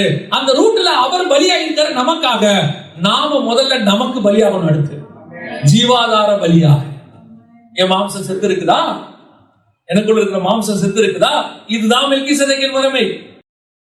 ஆரோனுடைய முறைமையில ஆடு பலியாகும், மெல்கிசேதேக்கின் முறைமையில நான் பலியாகும். என்னை நானே தாழ்த்தி ஒப்பு கொடுக்கணும். என்னுடைய மாம்சம் சர்வாங்க தகன பலியாய் மாறணும், சாம்பலா மாறணும். நான் காணாமல் போகணும், நான் இல்லாமல் மாறணும். அப்படின்னா என்னென்ன எரிக்கணுமா? இல்ல. அதுக்கு பவுல் சொல்றாரு, இனி நான் அல்ல, கிறிஸ்துவே என்னில் இருக்கிறார். என்னை நான் சிலுவையில் அறைந்து விட்டேன், நான் செத்துட்டேன். எனக்குள்ள இங்க யார் இருக்கிறா? கிறிஸ்து இருக்கிறார். அப்ப மெல்கிசேதேக்கின் முறைமையின்படி நான் போகிறேன் என்று சொன்னால் முதலில் நான் சாக வேண்டும். அந்த ஆராதனை எனக்குள்ள வரணும். என்னுடைய மாம்சம் கொஞ்சம் கொஞ்சமா செத்து எனக்குள்ள மாம்சமே இல்லைங்கிற இடத்துக்கு நீங்க எப்ப வர்றீங்களோ உன் சரீரம் என்கிற திரைச்சலை வழியாய் நீங்களும் அந்த மகா பரிசுத்தத்துக்குள் பேசுறீங்க. நான் மெல்கிசேதேக்கின் முறைமையில வந்துட்டேன், ஆனாலும் இன்னும் எனக்கு கொஞ்சம் இருக்கு. எப்படியாவது 30 வெள்ளிக்காசு வாங்கிடலாம், எப்படியாவது 2 வெள்ளிக்காசு நாகமாட்டை வாங்கிடலாம், எப்படியாவது கொஞ்சம் பாலாக்கிட்ட போய் பொருளை வாங்கிடலாம் எண்ணம் இருந்துச்சுன்னா நீ மெல்கிசேதேக்கின் முறைமைக்குள்ள வரவே மாட்டேன், இல்லையா? இந்த மெல்கிசேதேக்கின் முறைமைக்கு அழைக்கப்பட்டவன் தான் யாரு? யூதாஸ் காரியர். அவ்வளோ மேன்மை அழைக்கப்பட்டவன் 30 வெள்ளிக்காசுக்காக முடிஞ்சு போச்சு. இப்ப உங்களுக்கு எனக்கு அதான் ஆண்டவர் வச்சிருக்கிறார். இந்த மகா கனமான அழைப்புக்கு பாத்திரவான்களா இருக்கிற நீங்கள் என்னைக்கு உங்களுடைய அடையாளங்கள் தொலைய தொடங்குகிறதோ, உங்களை நீங்களே ஜீவாதார பலியாக சிலுவையில் ஒப்பு கொடுக்கிறீர்களோ, அப்பொழுதுதான் நீங்கள் இந்த முறைமைக்குள்ளேயே பிரவேசிக்க ஆரம்பிக்கிறீங்கன்னு அர்த்தம். அப்பாயின்மெண்ட் ஆர்டரை அனுப்பிடுவாங்க. அப்பாயின்மெண்ட் ஆர்டர் என் கையில கிடைச்சிடும். நானும் சொல்லிடுவேன், எனக்கு வேலை கிடைச்சிருச்சு. அப்பாயின்மெண்ட் ஆர்டர் வந்துருச்சு, எல்லாம் ஓகே தான். இத கொண்டு போய் அந்த ஆபீஸ்ல கொடுத்து அந்த ஆபீஸ்ல உள்ள கம்ப்யூட்டர்ல ஏத்தி அவன் எனக்கு ஒரு ஐடி கார்டு போட்டு யூ ஆர் அப்பாயிண்டட் ஒரு ஸ்டாம்பை குத்துனானா நான் அப்பாயிண்டட். எனக்கு அழைப்பு கிடைச்சிருச்சு மெல்கிசேதேக்கின் முறைமைக்கு. ஏன்னா எனக்கு முன்னாடி போற பிரதான ஆசாரியர் எனக்கு ரூட்டை கிளியர் பண்ணிட்டு போயிட்டார். போவான்னு சொல்லிட்டு போனாரு, சிலுவை எடுத்துக்கொண்டு என்னை பின்பற்றி வான்னு போயிட்டார். ஏன் நான் கரெக்டான ரூட்ல போயிருக்கேன், நீ என்னை பின்பற்றி வா. எனக்கு முன்னாடி எங்க அண்ணன் ஒருத்தன் போயிருக்கான். யாரு? பவுல். அவன் சொல்றான், நான் கிறிஸ்துவை பின்பற்றுகிறது போல நீ என்ன பின்பற்று. அவர் சிலுவையில் அறைஞ்சு செத்தாரு, நானும் என்னை சிலுவையில் அரைஞ்சிட்டேன், நீங்க வா சிலுவையில் அறை. அது எப்படி? நான் நியாயப்பிரமாண முறைப்படி பூமியை சோதரிக்கணும்ல, நான் நியாயப்பிரமாண முறைப்படி எனக்கு கர்த்தர் வீடு வாசல்களை கொடுத்து நீ நடக்கிற ஸ்தலத்தை கொடுத்து தருவார் இல்ல, நியாயப்பிரமாண முறைப்படி நீடித்த ஆயுசும் பூர்ண சுகத்தையும் தருவார் இல்ல, நியாயப்பிரமாண முறைப்படி நீ கையிட்டு செய்கிறவங்களை எல்லாம் கர்த்தர் ஆசீர்வதிப்பார் இல்ல. இல்லையே, மெல்கிசேதேக்கின் முறைமைப்படி எல்லாவற்றையும் நஷ்டமும் குப்பையும் என்று விடணும். மெல்கிசேதேக்கின் முறைமையின்படி எல்லாவற்றையும் வித்து தரித்திரத்துக்குள்ள கொடுக்கணும். மெல்கிசேதேக்கின் முறைமையின்படி சிலுவை எடுத்துக்கிட்டு நடக்கணும். நியாயப்பிரமாணம் பூமியில் வாழும், ஆனா பாதாளத்துக்கு போகும். மெல்கிசேதேக்கின் முறைமை பூமியிலே சாகும், பரலோகத்தில் தீர்ச்சி பண்ணிக்கிறேன். என்ன செய்ய போற? நம்ம என்ன செய்ய போறோம்? அழைப்பு கிடைச்சிருச்சு, அப்பாயின்மெண்ட் ஆர்டர் கிடைச்சிருச்சு, ஆனா இன்னும் என்ன சாகல? மாம்சம் சாகலையே, இன்னும் எனக்கு இருக்கே. என்ன இருக்கு? எப்படி ஆகும்? என் பேர பிள்ளைகளை என் கண்ணால பார்த்துட்டு நான் சாகணும். உலக பிரகாரமாய் இது சரியா தப்பா? சரி. இதுல எந்த விதமான தப்பும் இல்லை. எல்லாரும் மாதிரி தான் நானும் கேட்டேன். ஒரு துன்மார்க்கனுக்கே அது கிடைக்கும்னா எனக்கு கிடைக்காதா? ஆண்டவர் சொல்றாரு, ஒருவன் என்னை காட்டிலும் தாயாவது, தகப்பனையாவது, மகனையாவது, மகளையாவது, நிலங்களையாவது, வீடையாவது அதிகமாய் நேசிப்பானால் அவன் எனக்கு பார்க்கிறவன்.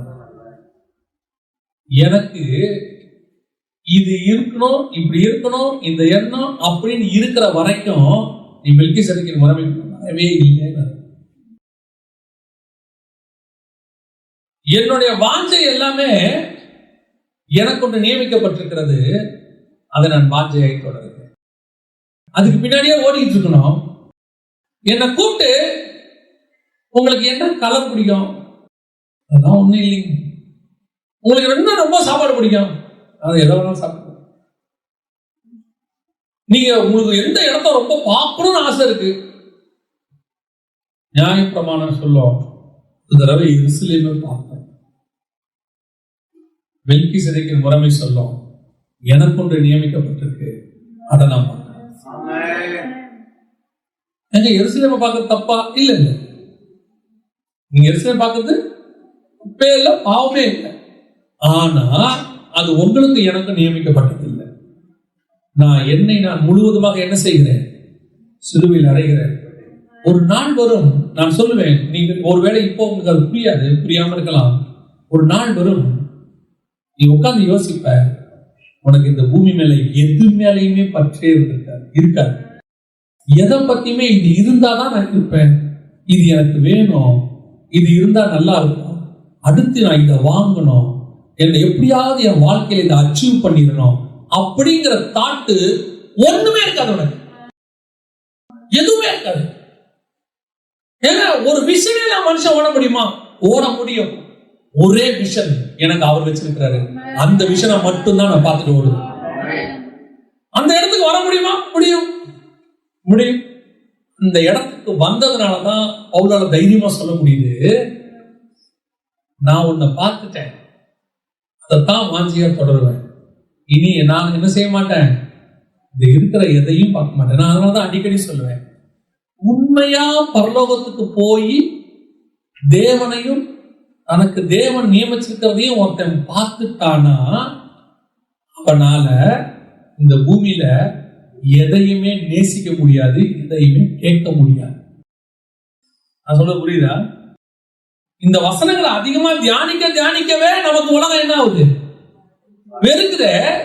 பரலோகத்துக்கே போய் தேவனையே பார்த்துட்டு, இந்த வாரு உனக்கு நான் கட்டி வச்சிருக்கிறது இதுதான், நீ இங்கதான் எனக்காக வாசம் பண்ண போற வீடு சொல்லல. நானு நல்லா கவனிச்சுக்கொள்ளுங்க. உனக்கு நான் வச்சிருக்கிறேன். அது ஜீவ கிரீடமோ ஜீவ விருட்சமோ, அல்லது நீ ஆலயத்தில் தூணா இருப்பாயோ, அல்லது அந்த வலது பாரசத்தில் உட்காருவாயோ, அல்லது புதிய நாமத்தை தருவேனோ, வெண்மையான குறிக்கல்ல தருவேனோ, ஏதோ ஒன்று தரப்போறேன். அதை நான் பார்த்துட்டேன்னா அதுக்கப்புறம் பூமியில இருக்கிற எது மேலே எனக்கு என்ன வராது? ஆசையே வராது. ஏன்? இது எல்லாம் அந்த பூமியில இருக்கிற அத்தனையை விட தி பெஸ்ட் நான் பார்த்துட்டு வந்துட்டேன். ஒரு அருமையான பிரியாணி ஒரு இடத்துல சாப்பிட்டாங்கன்னு வச்சுக்கோங்க. அதுக்கப்புறம் நீங்க எந்த வீட்டுல போய் போட்டாலும் உங்களோட சாப்பிட்டேன் அந்த மாதிரி வராது. அங்க ஒரு வீட்டுல டீ கொடுத்தாங்க அந்த மாதிரி வராது. தி பெஸ்ட் அடைச்சிட்டோம்னா அதுக்கப்புறம் இருக்கிற கீழே இருக்கிற எவ்வளவு பெஸ்ட் கொடுத்தாலும் எனக்கு பிடிக்கும். அப்ப நான் பரலோகத்திலேயே எனக்கு நியமிச்சதை நான் போய் ஆதியில பார்த்துட்டு வந்துட்டேன்னா அதுக்கப்புறம் நான் இங்க என்ன கேட்க மாட்டேன். எனக்கு எப்படியாவது சாகிறதுக்குள்ள ஒரு வீடு, சொந்த வீட்டுல சாகணும். நான் எப்படியாவது சாகிறதுக்குள்ள அந்த சிவப்பு கல்லு வச்ச மூக்குத்திய வாங்கி ஒரு தடவையாவது போட்டு பாத்துறேங்க. நான் சாகிறதுக்குள்ள எப்படியாவது அந்த 5 புடி செயினை ஒரு தடவை போட்டு பார்த்து அதுக்கப்புறம் எனக்கு நான் உயிர் போனாலும் பரவாயில்ல. ஏன்? நீ இன்னும் ஆரோனின் முறைமைக்குள்ள மட்டும்தான் இருக்க. உனக்கு அழைப்பு மெல்கிசேதேக்கின் முறைமை அப்பாயின்மெண்ட் ஆர்டர் கொடுத்திருந்தாலும் நீ இன்னும் ஜாயின் பண்ணல. அந்த டிராவல்ல நீ போக ஆரம்பிச்சிட்டீங்கன்னா நான் சொல்லுவேன், நீ போட்டிருக்கிற ட்ரெஸ்ல கூட இந்த கலர் வேணும் அந்த கலர் வேணுங்கிற எண்ணம் உனக்கு இருக்கவே இருக்காது. எதையோ ஒண்ணு எடுத்து போட்டு நீ போயிட்டே இருப்ப. உன் சிந்தனை எல்லாம் கர்த்தர் ஆக்கிரமிப்பு செய்திருப்பார். பரலோகம் அப்படியே முழுவதும் ஆளுகை செய்திருக்கும். உன் எண்ணங்கள் எல்லாம் கர்த்தரும் வசனமும் ஆராதனையும் எப்ப கர்த்தரை பார்ப்போம், பேசுவோம், வழிபாடு கிடைக்கும் போயிட்டே இருக்கும். இதற்கு பேர் தான் தேவனோடு கூட சஞ்சரிக்கிறார். இந்த இடத்தை நீ அடையிற வரைக்கும் அது ஒரு சுய பரிசோதனை. Very simple. உன் மாம்சம் எதையாவது விரும்புதா? அது நான் சொல்றது நியாயமானது. பாவத்தை விட்டுருங்க. நீங்க பாவத்துக்கு போயிடாதீங்க. கண்களின் இச்சை, மாம்சத்தின் இச்சை, அதை விட்டுருங்க. அதெல்லாம் உலகத்தானே விரும்புறான். அதெல்லாம் தாண்டி நமக்கு ஆண்டவர் வச்சிருக்கிறதையும் தாண்டி என்ன, நீங்க வெறும் ரசம் தானா? சிக்கன்ல ஒண்ணு செய்யலையா? இல்ல செய்யல, திங்க முடியாது. என்ன பிரதர் இப்படி கோபப்படுறீங்க? பாஸ்டர், நான் கஷ்டப்பட்டுட்டு வரேன். நான் ஒரு சிக்கன் கேட்கறது தப்பா சரியா? தப்பே கிடையாது. நீங்க சிக்கன் கேட்கலாம். ஆனா இன்னும் சிக்கன் இல்லாட்டி என்னால சாப்பிட முடியாதுன்ற நிலைமை இருக்குல்ல, அதுதான் தப்பு.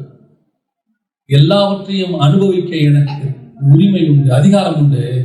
ஆனால் எல்லாமும் எனக்கு அகதியாகிறார். எனக்கு இருக்கு உரிமை, கேட்க உரிமை இருக்கு.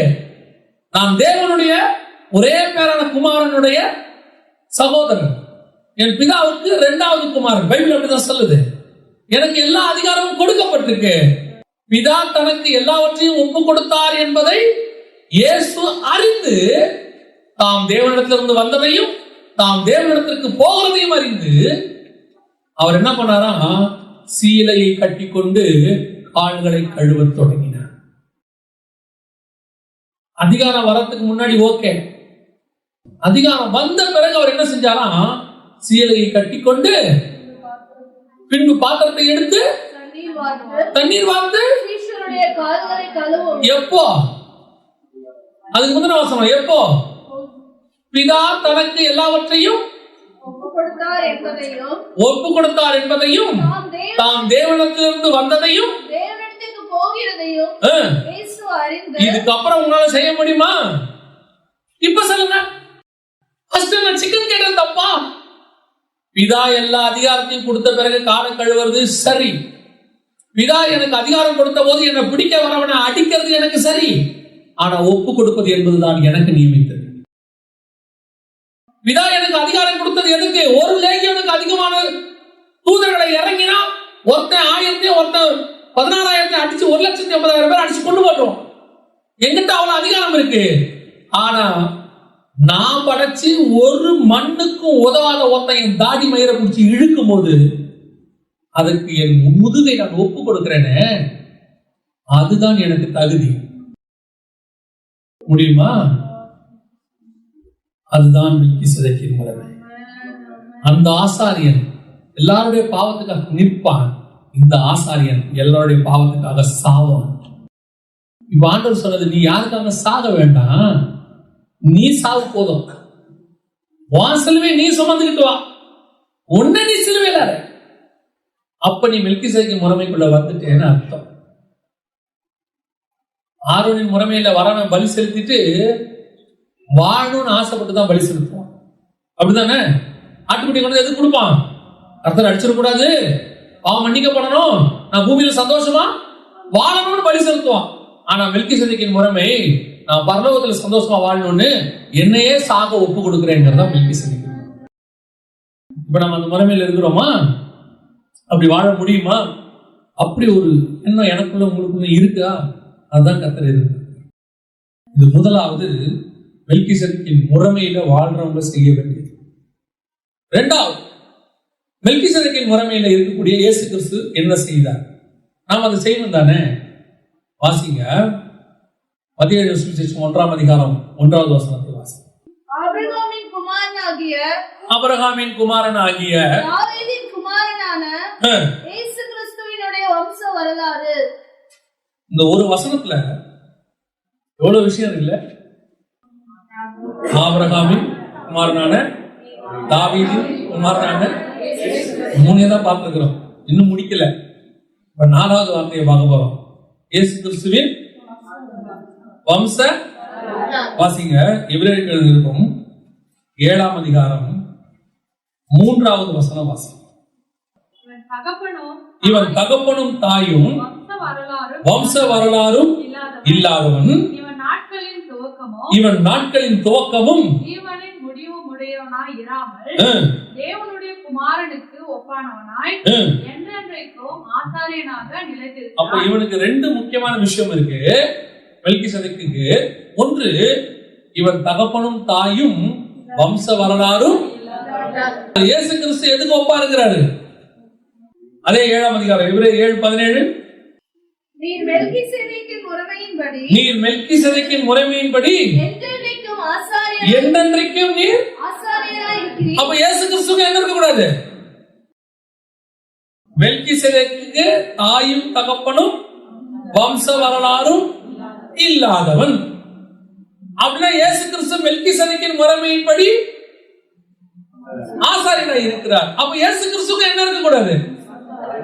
வம்ச வரலாறும் தாயும் தகப்பனும் இருக்க கூட. இப்ப நமக்கு எல்லாருக்கும் நல்லா தெரியும், இயேசு கிறிஸ்துக்கு தாய் தகப்பன் இருக்கிறாங்களா இல்லையா? நீங்க ஒரு வசனத்தை ரொம்ப சாதாரணமா நினைச்சுட்டே இருந்திருப்பீங்க. இப்ப அந்த வசனத்துக்கான ஆழத்தை பார்க்க போறோம். இயேசு கிறிஸ்து ஏறிச்சு பிரசங்கம் பண்றார். பிரசங்கம் பண்ண உடனே இயேசு கிறிஸ்து அவரை பார்த்து என்ன சொல்றாங்க? அவரோட பிரசங்கத்தை குறித்து ஆச்சரியப்பட்டு, இவன் தச்சனின் மகன் அல்லவா, மரியாளின் மைந்தன் அல்லவா அப்படின்னு சொல்ற. அதுக்கப்புறம் கொஞ்ச நாள் போகுது, மினிஸ்ட்ரி நடக்குது. மினிஸ்ட்ரி நடக்கும் போது ஒருத்தர் சொல்றாங்க, இயேசு கேட்கிறாரு, ஜனங்கள் என்னை யாருக்கு சொல்லுகிறார்கள்? அப்போ ஒருத்தர் வந்து சொல்றான், சிலர் உம்மை எரேமியா என்றும், சிலர் உம்மை தீர்க்கதரிசி என்றும், சிலர் உம்மை யோவான் ஸ்நானகன் என்றும் சொல்லுகிறார்.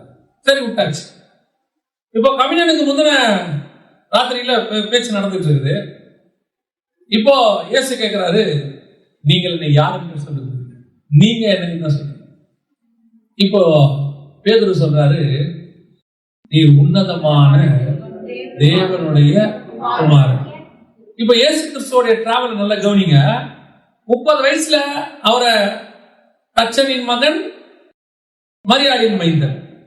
அப்படியே மினிஸ்ட்ரி வர வர வர வர எரேமியா, யோவான் ஸ்நானகன், தீர்க்கதரிசிகள் ஒருத்தர். இப்ப எது போயிடுச்சு? தச்சனின் மகன், மரியாளின் மைந்தன்ங்கிறது போயிடுச்சு. அடுத்து கடைசியா ஊழியத்தை முடிக்க போறாரு. வந்த வேலை முடியுது. இப்ப கேட்கிறாரு, நீங்கள் என்னை, இப்ப அவன் சொல்றான், நீர் உன்னதமான தேவனுடைய குமாரன். இப்ப ஏன் சொல்லிட்டாரு, இதை நீ யாருக்கும் சொல்லாத. இது யார் சொன்னா உனக்கு? பரலோகம் சொல்லிருச்சு. இப்ப சிலுவையில தொங்குறாரு, மரிச்சிட்டாரு, நித்திரை அடைஞ்சிட்டாரு. அந்த ரோம நூற்றுக்கு அதிபதி சொல்றான், இவர் உண்மையிலேயே தேவனுடைய குமாரன். இப்ப இயேசு ஆரம்பிக்கும் போது அச்சனின் மகன், ஆரம்பிக்கும் போது மரியாளின் மைந்தன், ஆனா முடிக்கும் போது தாயும் தகப்பனும் இல்லாதவர். அவருடைய வம்சம் முடிஞ்சு போச்சு. அவர் உயிரோடு கூட எழுந்தார். நாட்களின் ஆரம்பமும் முடிவும் இல்லாதவர். இப்பொழுது அவர் மெல்கிசேதேக்கின் முறைமைப்படி ஆசாரியராய் மாறினார். அல்லேலூயா. இந்த லிஸ்டை ஏன் நான் உங்களுக்கு சொன்னேன் தெரியுமா? நீங்களும் நானும் அப்படித்தான் பரலோகத்திலிருந்து ஒரு தாய் தகப்பன் வழியாக பூமியிலே அனுப்பப்பட்டோம். திருப்பியும் சொல்றேன், நீங்க தாய் தகப்பனுக்கு பிறந்தது, அப்புறமா நீங்க ரட்சிக்கப்பட்டு, அப்புறமா நீங்க ஊழியத்துக்கு அழைக்கப்பட்டு, அப்புறமா நீங்க மெல்கிசேதேக்கின் முறைமையின்படி ஆசாரியர் ராஜாரமா மாறல. புரியுதா நான் சொல்றது? நீங்க ஆண்டவருக்குள்ள 18 வயசு 20 வயசுல நான் வந்தேன், என்னை ரட்சித்தாரு. அதுக்கப்புறமா கொஞ்சம் கொஞ்சமா ஆண்டவருக்குள்ள வளர்ந்தேன். வளர்ந்த பிறகு கர்த்தர் எனக்கு இந்த சத்தியத்தெல்லாம் சொல்லி நான் மெல்கிசேதேக் முறைமையின்படி நான் இன்னைக்கு ஒரு ஊழியக்காரனா இருக்கிறேன். You are wrong. You are wrong. நீங்கள் இந்த ராஜாவும் ஆசாரியருமாய் அழைக்கப்பட வேண்டும் என்று 2000 வருஷத்திற்கு முன்பதாகவே பரலோகம் நிர்ணயித்தது. உலக தோற்றம் முதலே பரலோகம் நிர்ணயித்தது. அதற்கு இயேசு எப்படி உலகம் தோன்றி 4000 வருஷம் கழிச்சு பூமியில மரியாள் வழியா உள்ளே வந்தாரோ, அதே போல நீங்கள் 6000 வருஷம் கழிச்சு ஒரு தாய் தகப்பன் வழியாக பூமிக்குள்ளே வந்தீர்கள். நீங்க வந்து ரட்சிக்கப்படல, நீங்க அனுப்பப்பட்டு ரட்சிக்கப்பட்டிருக்கிறீங்க. இயேசு 30 வயசு காத்திருந்து வெளியே வந்த மாதிரி நீங்க ஒரு 18 வருஷமோ 20 வருஷமோ நம்மளாம் என்ன பண்ணிருக்கிறோம்? பரலோகம் மறைச்சு வச்சிருக்குது. ஆல்ரெடி நம்ம மேல ஹெவனுடைய திட்டம் இருக்கு. அந்த திட்டத்தின்படிதான் அனுப்பப்பட்டோம். ஆரோனின் முறைமைக்கு ஒரு கூட்டம் அனுப்பப்பட்டது போல, ஆபிரகாமுக்கு ஒரு சந்ததி அனுப்பப்பட்டது போல, இயேசு கிறிஸ்துவுக்கு என்றும் ஒரு சந்ததி அனுப்பப்பட்டது. அந்த சந்ததியில தான் நீங்களும் நானும் இருக்கிறோம். இப்ப நீங்களும் நானும் ஒரு தாய் தகப்பன் வழியா தான் எங்க வந்திருக்கிறோம். இதான் இயல்பு. நீங்க யாரு? நான் எம்டி ஜெகன். உங்க அப்பா பேர் என்ன? எம்ல ஆரம்பிக்குது. ஓகே, எத்தனை நாள் வரைக்கும்? ஒரு நாள் வரும். என்ன சொல்லுகிறார்கள்? அவரு நல்லா சொல்லுவாரு, வெளிப்படுத்த விசேஷமா பேசுவாரு. அவர் இப்படி பண்ணுவாரு, நல்லா பாடு. என்ன சொல்லுங்க, நல்லா பாடுவாரு. அவர் நல்லா பிரசங்கம் பண்ணுவாரு. இப்படி நமக்கு ஒரு அடையாளம். அவர் ஒரு சர்ச்சுக்கு பாஸ்டர், நமக்கு ஒரு அடையாளம். அவங்க 20 வருஷமா நல்ல விசுவாசி, இது ஒரு அடையாளம். ஒரு காலகட்டத்தில் நமக்கு எது அடையாளம்? நம்ம அப்பா அம்மா தான் அடையாளம். இப்ப இது அடையாளம். இதுவும் போகணும். இதுல சந்தோஷப்படக்கூடாது. இதுவும் ஒரு நாள் போய் என் பூமிக்குரிய தாய் தகப்பனுடைய அடையாளங்கள் மறைந்து, பூமிக்குரிய வேலையின் அடையாளம் மறைந்து, நான் எரேமியாவா, தீர்க்கதரிசியா, யோவான் ஸ்நானகனா, நான் பாஸ்டரா, நான் எவாஞ்சலிஸ்டா, நான் பைபிள் டீச்சரா, எல்லாம் மறைந்து ஒரு நாள் இவர் உன்னதமான தேவனுடைய மெல்கிசேதேக்கின் முறைமையின்படி அழைக்கப்பட்ட அவருடைய குமாரன் சொல்லணும். இந்த இடத்துக்கு நீ வரணும். பூமிக்குரியதான எல்லா அடையாளமும் தொலையணும். மொத்த அடையாளமும் தொலையணும். இப்ப இயேசு கிறிஸ்து வந்து நின்னா உங்களால கண்டுபிடிக்க முடியுமா? முடியாது. இயேசு கிறிஸ்து உயிரோடு கூட எழும்பி கல்லறை வாசல்ல நிற்கிறார். மகதலேனா மரியாள் கண்டுபிடிச்சாங்களா? இல்லையா? கண்டுபிடிக்கல. அவரை தோட்டக்காரர் என்று எண்ணி அவரை வைத்த இடத்தை பார்த்தீர்களா என்று அவர்கிட்டே கேட்டார். சரி, அடுத்து எம்மா ஒரு சீசரோட பேசிக்கிட்டே போறார். சாயங்காலம் வரைக்கும் பேசிட்டு போறார். கண்டுபிடிச்சாங்களா? இல்லையா? இல்ல. அவங்க யாருன்னா இவரோட 12 சீசர்கள் 2 பேர். ஏன் கண்டுபிடிக்கல? சரி, அது கூட போட்டோம். இவங்க எல்லாம் மீன் பிடிக்க போறேன்னு போட்ல போறாங்களா? இவர் கரையில மீன் சுட்டுக்கிட்டு இருக்காரா? முக்காவாசி பேருக்கு அது யாருன்னு தெரியல, இயேசுன்னு தெரியல. பேருக்கோ யாரும் எப்பயோ தான் சொல்லுவான், அது கர்த்தர். உடனே எல்லாம் வீட்டில் இருந்துச்சு. ஏன் கண்டுபிடிக்கல? ஆண்டவர் முழுவதுமாய் மறு ரூபம் ஆகிவிட்டார். மறு ரூபம்னா அவருக்கு பரலோகத்தினுடைய சாயல் வந்துருச்சு. அப்ப பரலோகத்தின் சாயல் வந்த பிறகு பூமிக்குரிய எந்த அடையாளமும் அவர்கிட்ட இருக்காது. அவர் உயிர் தெழுந்த போது அவர் மேல பூமிக்குரியதான ஒரு வஸ்திரம் போடப்பட்டிருந்தது.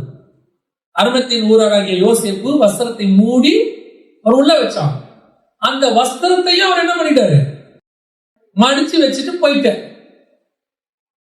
அப்ப இவர்கிட்ட இப்ப பூமிக்குரிய ஒண்ணுமே இல்ல, ஒரு சாயலும் இல்லை, ஒண்ணுமே கிடையாது.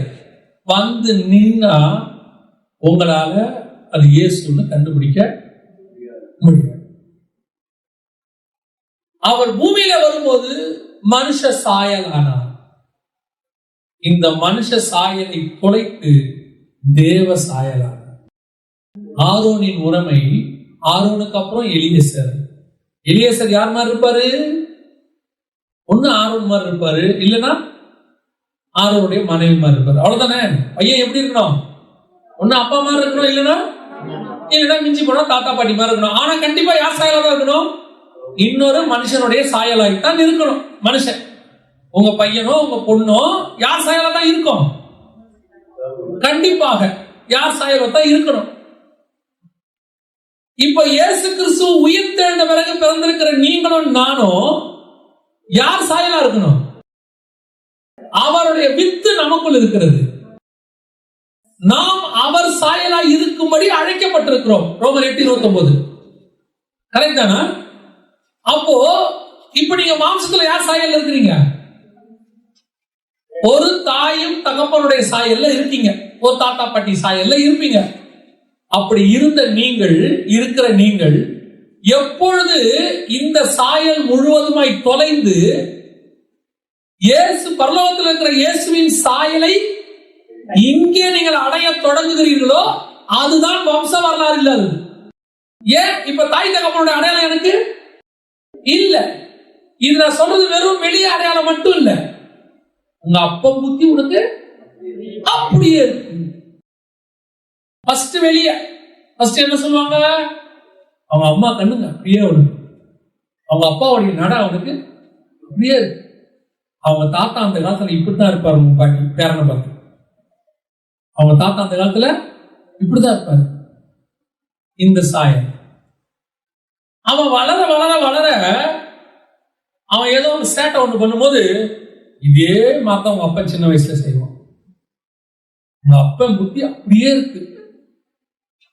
பையன் நல்லா படிக்கும் போது, இல்ல பொண்ணு நல்லா படிக்கும் போது பாட்டி சொல்லுவாங்க, உங்க அம்மாவும் உன்ன மாதிரிதான் அந்த காலத்துல நல்லா படிப்பான். இதுல நமக்கு என்ன இருக்கு? இத சொல்லும் போது நமக்கு என்ன இருக்கு? பெருமை. இந்த பூமிக்குரிய சாயலை தலைமுறை தலைமுறையா நான் அட்டைன் பண்ணும் போது எனக்குள்ள என்ன வருது? ஒரு பெருமையும் சந்தோஷம் வருது. ஆனா பைபிள் சொல்லுது, இந்த சாயலை நீ எப்பொழுது உள்ளும் புறமும் தொலைத்துக்கிறாயோ அப்பொழுது நீ வம்ச வரலாறு இல்லாதவனாய் மாறுகிறாய். ஏன்? இவன் யார மாதிரி இருக்கிறானே தெரியலையே. ஒரு சிலரை பார்த்து சொல்ற ஞாபகம் இருக்குதா? அப்பா மாதிரியும் இல்ல, அம்மா மாதிரியும் இல்ல, எங்க வம்சத்திலே இப்படி ஒருத்தன் இல்லைங்க. இது ஸ்பிரிச்சுவலி வரணும், ஸ்பிரிச்சுவலி வரணும். இவன் யார மாதிரி இல்லைங்க, இவன் என்னமோ வித்தியாசமா இருக்கிறான். அவனுடைய சாயல் தேவனுடைய சாயல். ஸ்தேவானுடைய முகம் எது மாதிரி இருந்துச்சு? தேவ தூதனுடைய முகத்தை போல காணப்பட்டது. ஏன்? நான் எப்போ கொஞ்சம் கொஞ்சமா கிறிஸ்துவோட பழகி பழகி பழகி என் மரணத்தில் கூட கிறிஸ்துவின் சாயல் எனக்கு தெரிகிறது. சாகும்போது பயம் வரணும் இல்ல, சாகும்போது கண்ணில் தண்ணி வரணும் இல்ல. என் கிறிஸ்து எப்படி சிலுவையில் மரணத்தை தைரியமாய் ஏற்கொண்டாரோ அதே தைரியத்தோடு அவன் ஏற்றுக்கொள்கிறான். அவன் முகத்தில் கிறிஸ்துவின் சாயல் வருகிறது. இப்போ ஸ்தேவான் யாருடைய பையன் சொல்லுங்க? அப்போஸ்தலர்கள் 7ஆம் அதிகாரம் வாசிங்க. ஸ்தேவான் யாருடைய பையன்?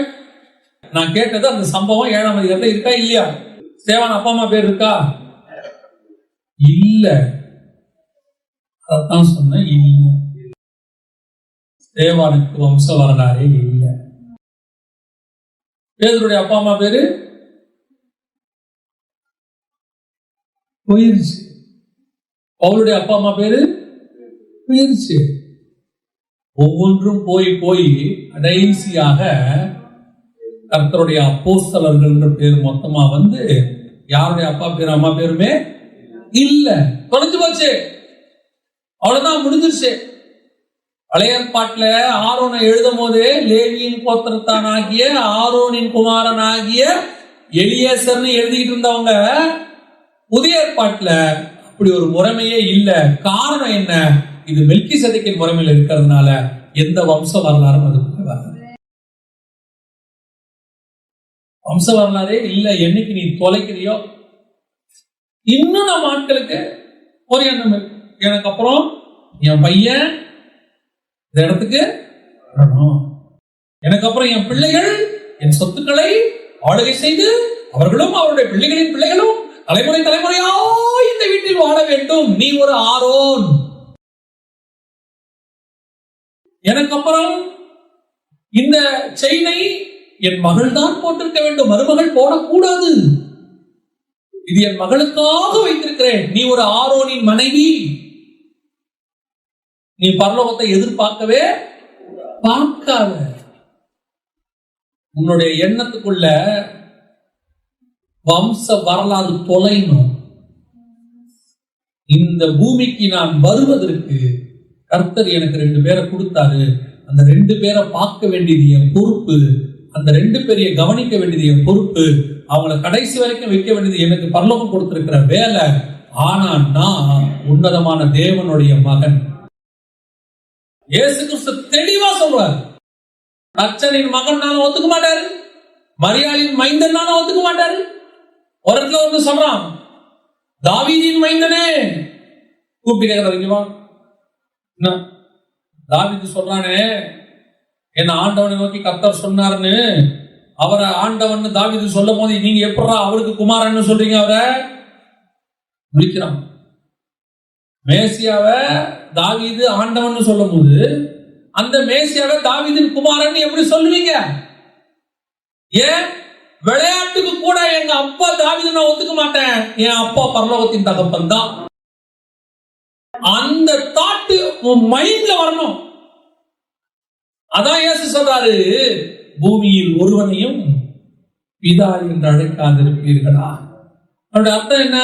யாரையும் அப்பான்னு கூப்பிடக்கூடாதா, சித்தப்பான்னு கூப்பிடக்கூடாதா? அடே சண்முகம் சுந்தரம் இங்க வாடா, நான் கூப்பிட போறோம். சித்தப்பா பேர் சொல்லி கூட போறீங்க. இனி எங்க அப்பா என்ன சொல்லக்கூடாது, அப்பானே சொல்லக்கூடாதா? மிஸ்டர் லாசர் கமன் அப்படியே அதுவா கூட அது அர்த்தம் அதல்ல. நான் பூமிக்கு வருவதற்கு ஒரு தாயும் தகப்பனையும் கர்த்தர் எனக்கு உண்டாக்கி கொடுத்தார். அது 2 பாத்திரம். அந்த பாத்திரத்தின் வழியாக நான் வந்தேன். அந்த பாத்திரத்தை கடைசி வரைக்கும் கனம் பண்ண வேண்டியது என்னுடைய பொறுப்பு. ஆனால் நானும் தேவனுடைய குமாரன். நான் சொல்லுகிறது ஒருவேளை உங்களுக்கு கடினமான உபதேசமாய் கூட இருக்கும். ஆனால் இதுதான், இந்த உபதேசம் தான் மெல்கிசேதேக்கின் முறைமைக்குள்ள கொண்டு போகிற உபதேசம். உனக்கு அதுக்கு தாய் தகவன் மேல அன்பு இருக்க கூடாதுன்னு அர்த்தம் இல்லை, அன்பாக இருக்கணும். இயேசு கிறிஸ்து தன் தாயாகிய மரியாளோடு கூட அந்த கிராமத்தில் இன்னும் கொஞ்ச காலம் தங்கி இருந்தார். யோவான் 2ஆம் அதிகாரத்தில் கடைசியாவும் நான் போகும்பொழுது, மகனே இதோவும் பத்திரமா பாத்துக்க, நம்ம அவங்க கையில கொடுத்துட்டு போறேன், பத்திரமா வச்சுக்க. அவங்களுடைய சேஃப்டி பாதுகாக்கிறது எல்லாம் உண்மைதான். ஆனால் இவர்கள் இந்த பூமிக்கு நான் வருவதற்கு கர்த்தர் ஏற்படுத்தின பாத்திரம். நான் வம்ச வரலாறு இல்லாத. இந்த எண்ணம் உனக்கு வரணும். இந்த எண்ணம் உங்களுக்கு அப்பா அம்மா மேல வந்துடும். ஆபிரகாமுக்கு ஆண்டவர் ஃபர்ஸ்ட் சொன்ன வேலை என்ன? ஆதியாகமம் 12:1. கர்த்தர் ஆபிரகாமை நோக்கி, நீ உன் தேசத்தையும் உன் இனத்தையும் உன் தகப்பனுடைய வீட்டையும் எப்படி தகப்பனுடைய வீட்டையும் விட்டு புறப்பட்டு நான் உனக்கு காண்பிக்கும் தேசத்துக்கு போ. இது சொன்ன உடனே ஆபிரகாம் என்ன பண்ணிட்டாரு? Okay right. மெல்கிசேதேக்கின் முறைமையின்படி அழைப்பு இதுதான். தகப்பன் தாயுடைய வம்ச வரலாறு. இதுக்கப்புறம் எங்கேயாவது தேராகின் குமாரனாகிய ஆபிரகாமன் வருதா? ஒரே ஒரு இடத்துல வருதா? இந்த 12ஆம் அதிகாரம் 1ஆம் வசனத்துக்கு பிறகு ஆபிரகாமை எந்த இடத்திலாவது தேராகின் குமாரனாகிய ஆபிரகாமின் வருதா? இது மெல்கிசேதேக்கின் முறைமைப்படி ஆபிரகாம் அழைக்கப்பட்டதை நம்ம பார்த்தோம். அதோடைய அடையாளம் இது ஒரு பார்ட் இல்ல. வம்ச வரலாறு இல்லாதவன்னா என்ன அர்த்தம்? எனக்கு தாய் தகப்பன் இல்ல. வம்ச வரலாறு இல்லாதவனா எனக்கு அடுத்த ஒரு ஜெனரேஷனும் இல்ல. இப்ப இந்த டெஸ்ட் தான் ஆபிரகாமுக்கு. அதே 22:1. இந்த காரியங்கள் நடந்த பின்பு தேவன் ஆபிரகாமை சோதித்தார். எப்படி எனில், அவர் அவனை நோக்கி ஆபிரகாமே என்றார். அவன் இதோ அடியேன் என்றான். அப்பொழுது அவர், உன் புத்திரனும் உன் ஏகசுதனும் உன் நேசகுமாரனும் ஆகிய ஈசாக்கை நீ இப்பொழுது அழைத்துக் கொண்டு மோரியா தேசத்துக்கு போய் அங்கே நான் உனக்கு குறிக்கும் மலைகள் ஒன்றின் மேல் அவனை தகன பலியாக பலியிடு என்றார். முடியுமா? வம்ச வரலாறு இல்லைன்னா அப்பா அம்மா இல்ல. ஃபர்ஸ்ட் அதை விட்டாச்சு. அந்த அடையாளம் தொலைஞ்சிருச்சு. அந்த அடையாளம் என்னவாயிருச்சு? தொலைஞ்சிருச்சு. ஆனா வம்ச வரலாறு உனக்கு மட்டும் இல்ல, உனக்கு அடுத்து இருக்கக்கூடாது. ஏன்? மெல்கிசேதேக்கின் முறைமையில எனக்கு இல்லையா அடையாளம் இல்லைன்னா என் பையனுக்கும் இல்லை. எப்படி? எனக்கு இயேசு தகப்பன்னா, மன்னிக்கணும், பரமபிதா எனக்கு தகப்பன்னா என் பையனுக்கு தகப்பன் யாரு? பரமபிதா தான். நான் சொல்றது புரியுதா? என் பையன் பூமிக்கு வருவதற்கு நான் என்னவா இருக்கிறேன்? ஒரு பாத்திரம், ஒரு வழியாக இருக்கிறேன், அவ்வளவுதான். அவனுக்கும் பரமபிதா யாரு? பரமபிதா அவனுக்கும் தகப்பன்.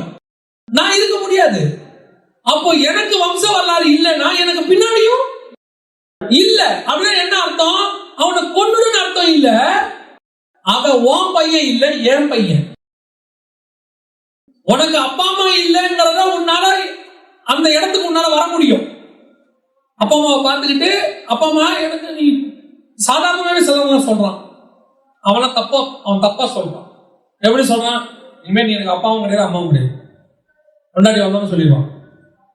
சிலவங்களாம் இருந்தான், எனக்கு அப்பாவும் கிடையாது அம்மாவும் கிடையாது. சில அப்பா அம்மா வர சின்ன வயசுல ஒழுங்கா வளர்த்துக்க மாட்டாங்க. இவன் பெரிய ஆள் ஆயிடுவான். அப்பா அம்மா கஷ்டப்படுவாங்க. அப்ப சொல்லுவான், நீ எனக்கு சின்ன வயசுல எவ்வளவு குடும்பப்படுத்தின, இப்ப நீ என் வீட்டுக்காக வர, நீ எனக்கு அம்மாவே கிடையாது அப்படிமா. நான் அதை சொல்லல. உங்களுக்கு எனக்கும் நல்ல நீதிமானாலே தாயும் தகப்பனையும் கற்றுக் கொடுத்தார். அவர்கள் நம்மை கர்த்தருக்குள் வளர்த்தார்கள். அவர்களுடைய தியாகத்தை நாம் பார்த்திருக்கிறோம். ஆனாலும் அவர்களுடைய வம்சத்தினுடைய வரலாறு நமக்கு இல்லை. நாம் தேவனுடைய வம்ச வரலாறுக்குள் இருக்கிறோம். இது ஒரு வகையான தியாகம், இது ஒரு வகையான சாக்ரிஃபைஸ், இது ஒரு வகையான பலி. நான் என் தாய் தகப்பன் என்ன கொடுக்கிறேன்?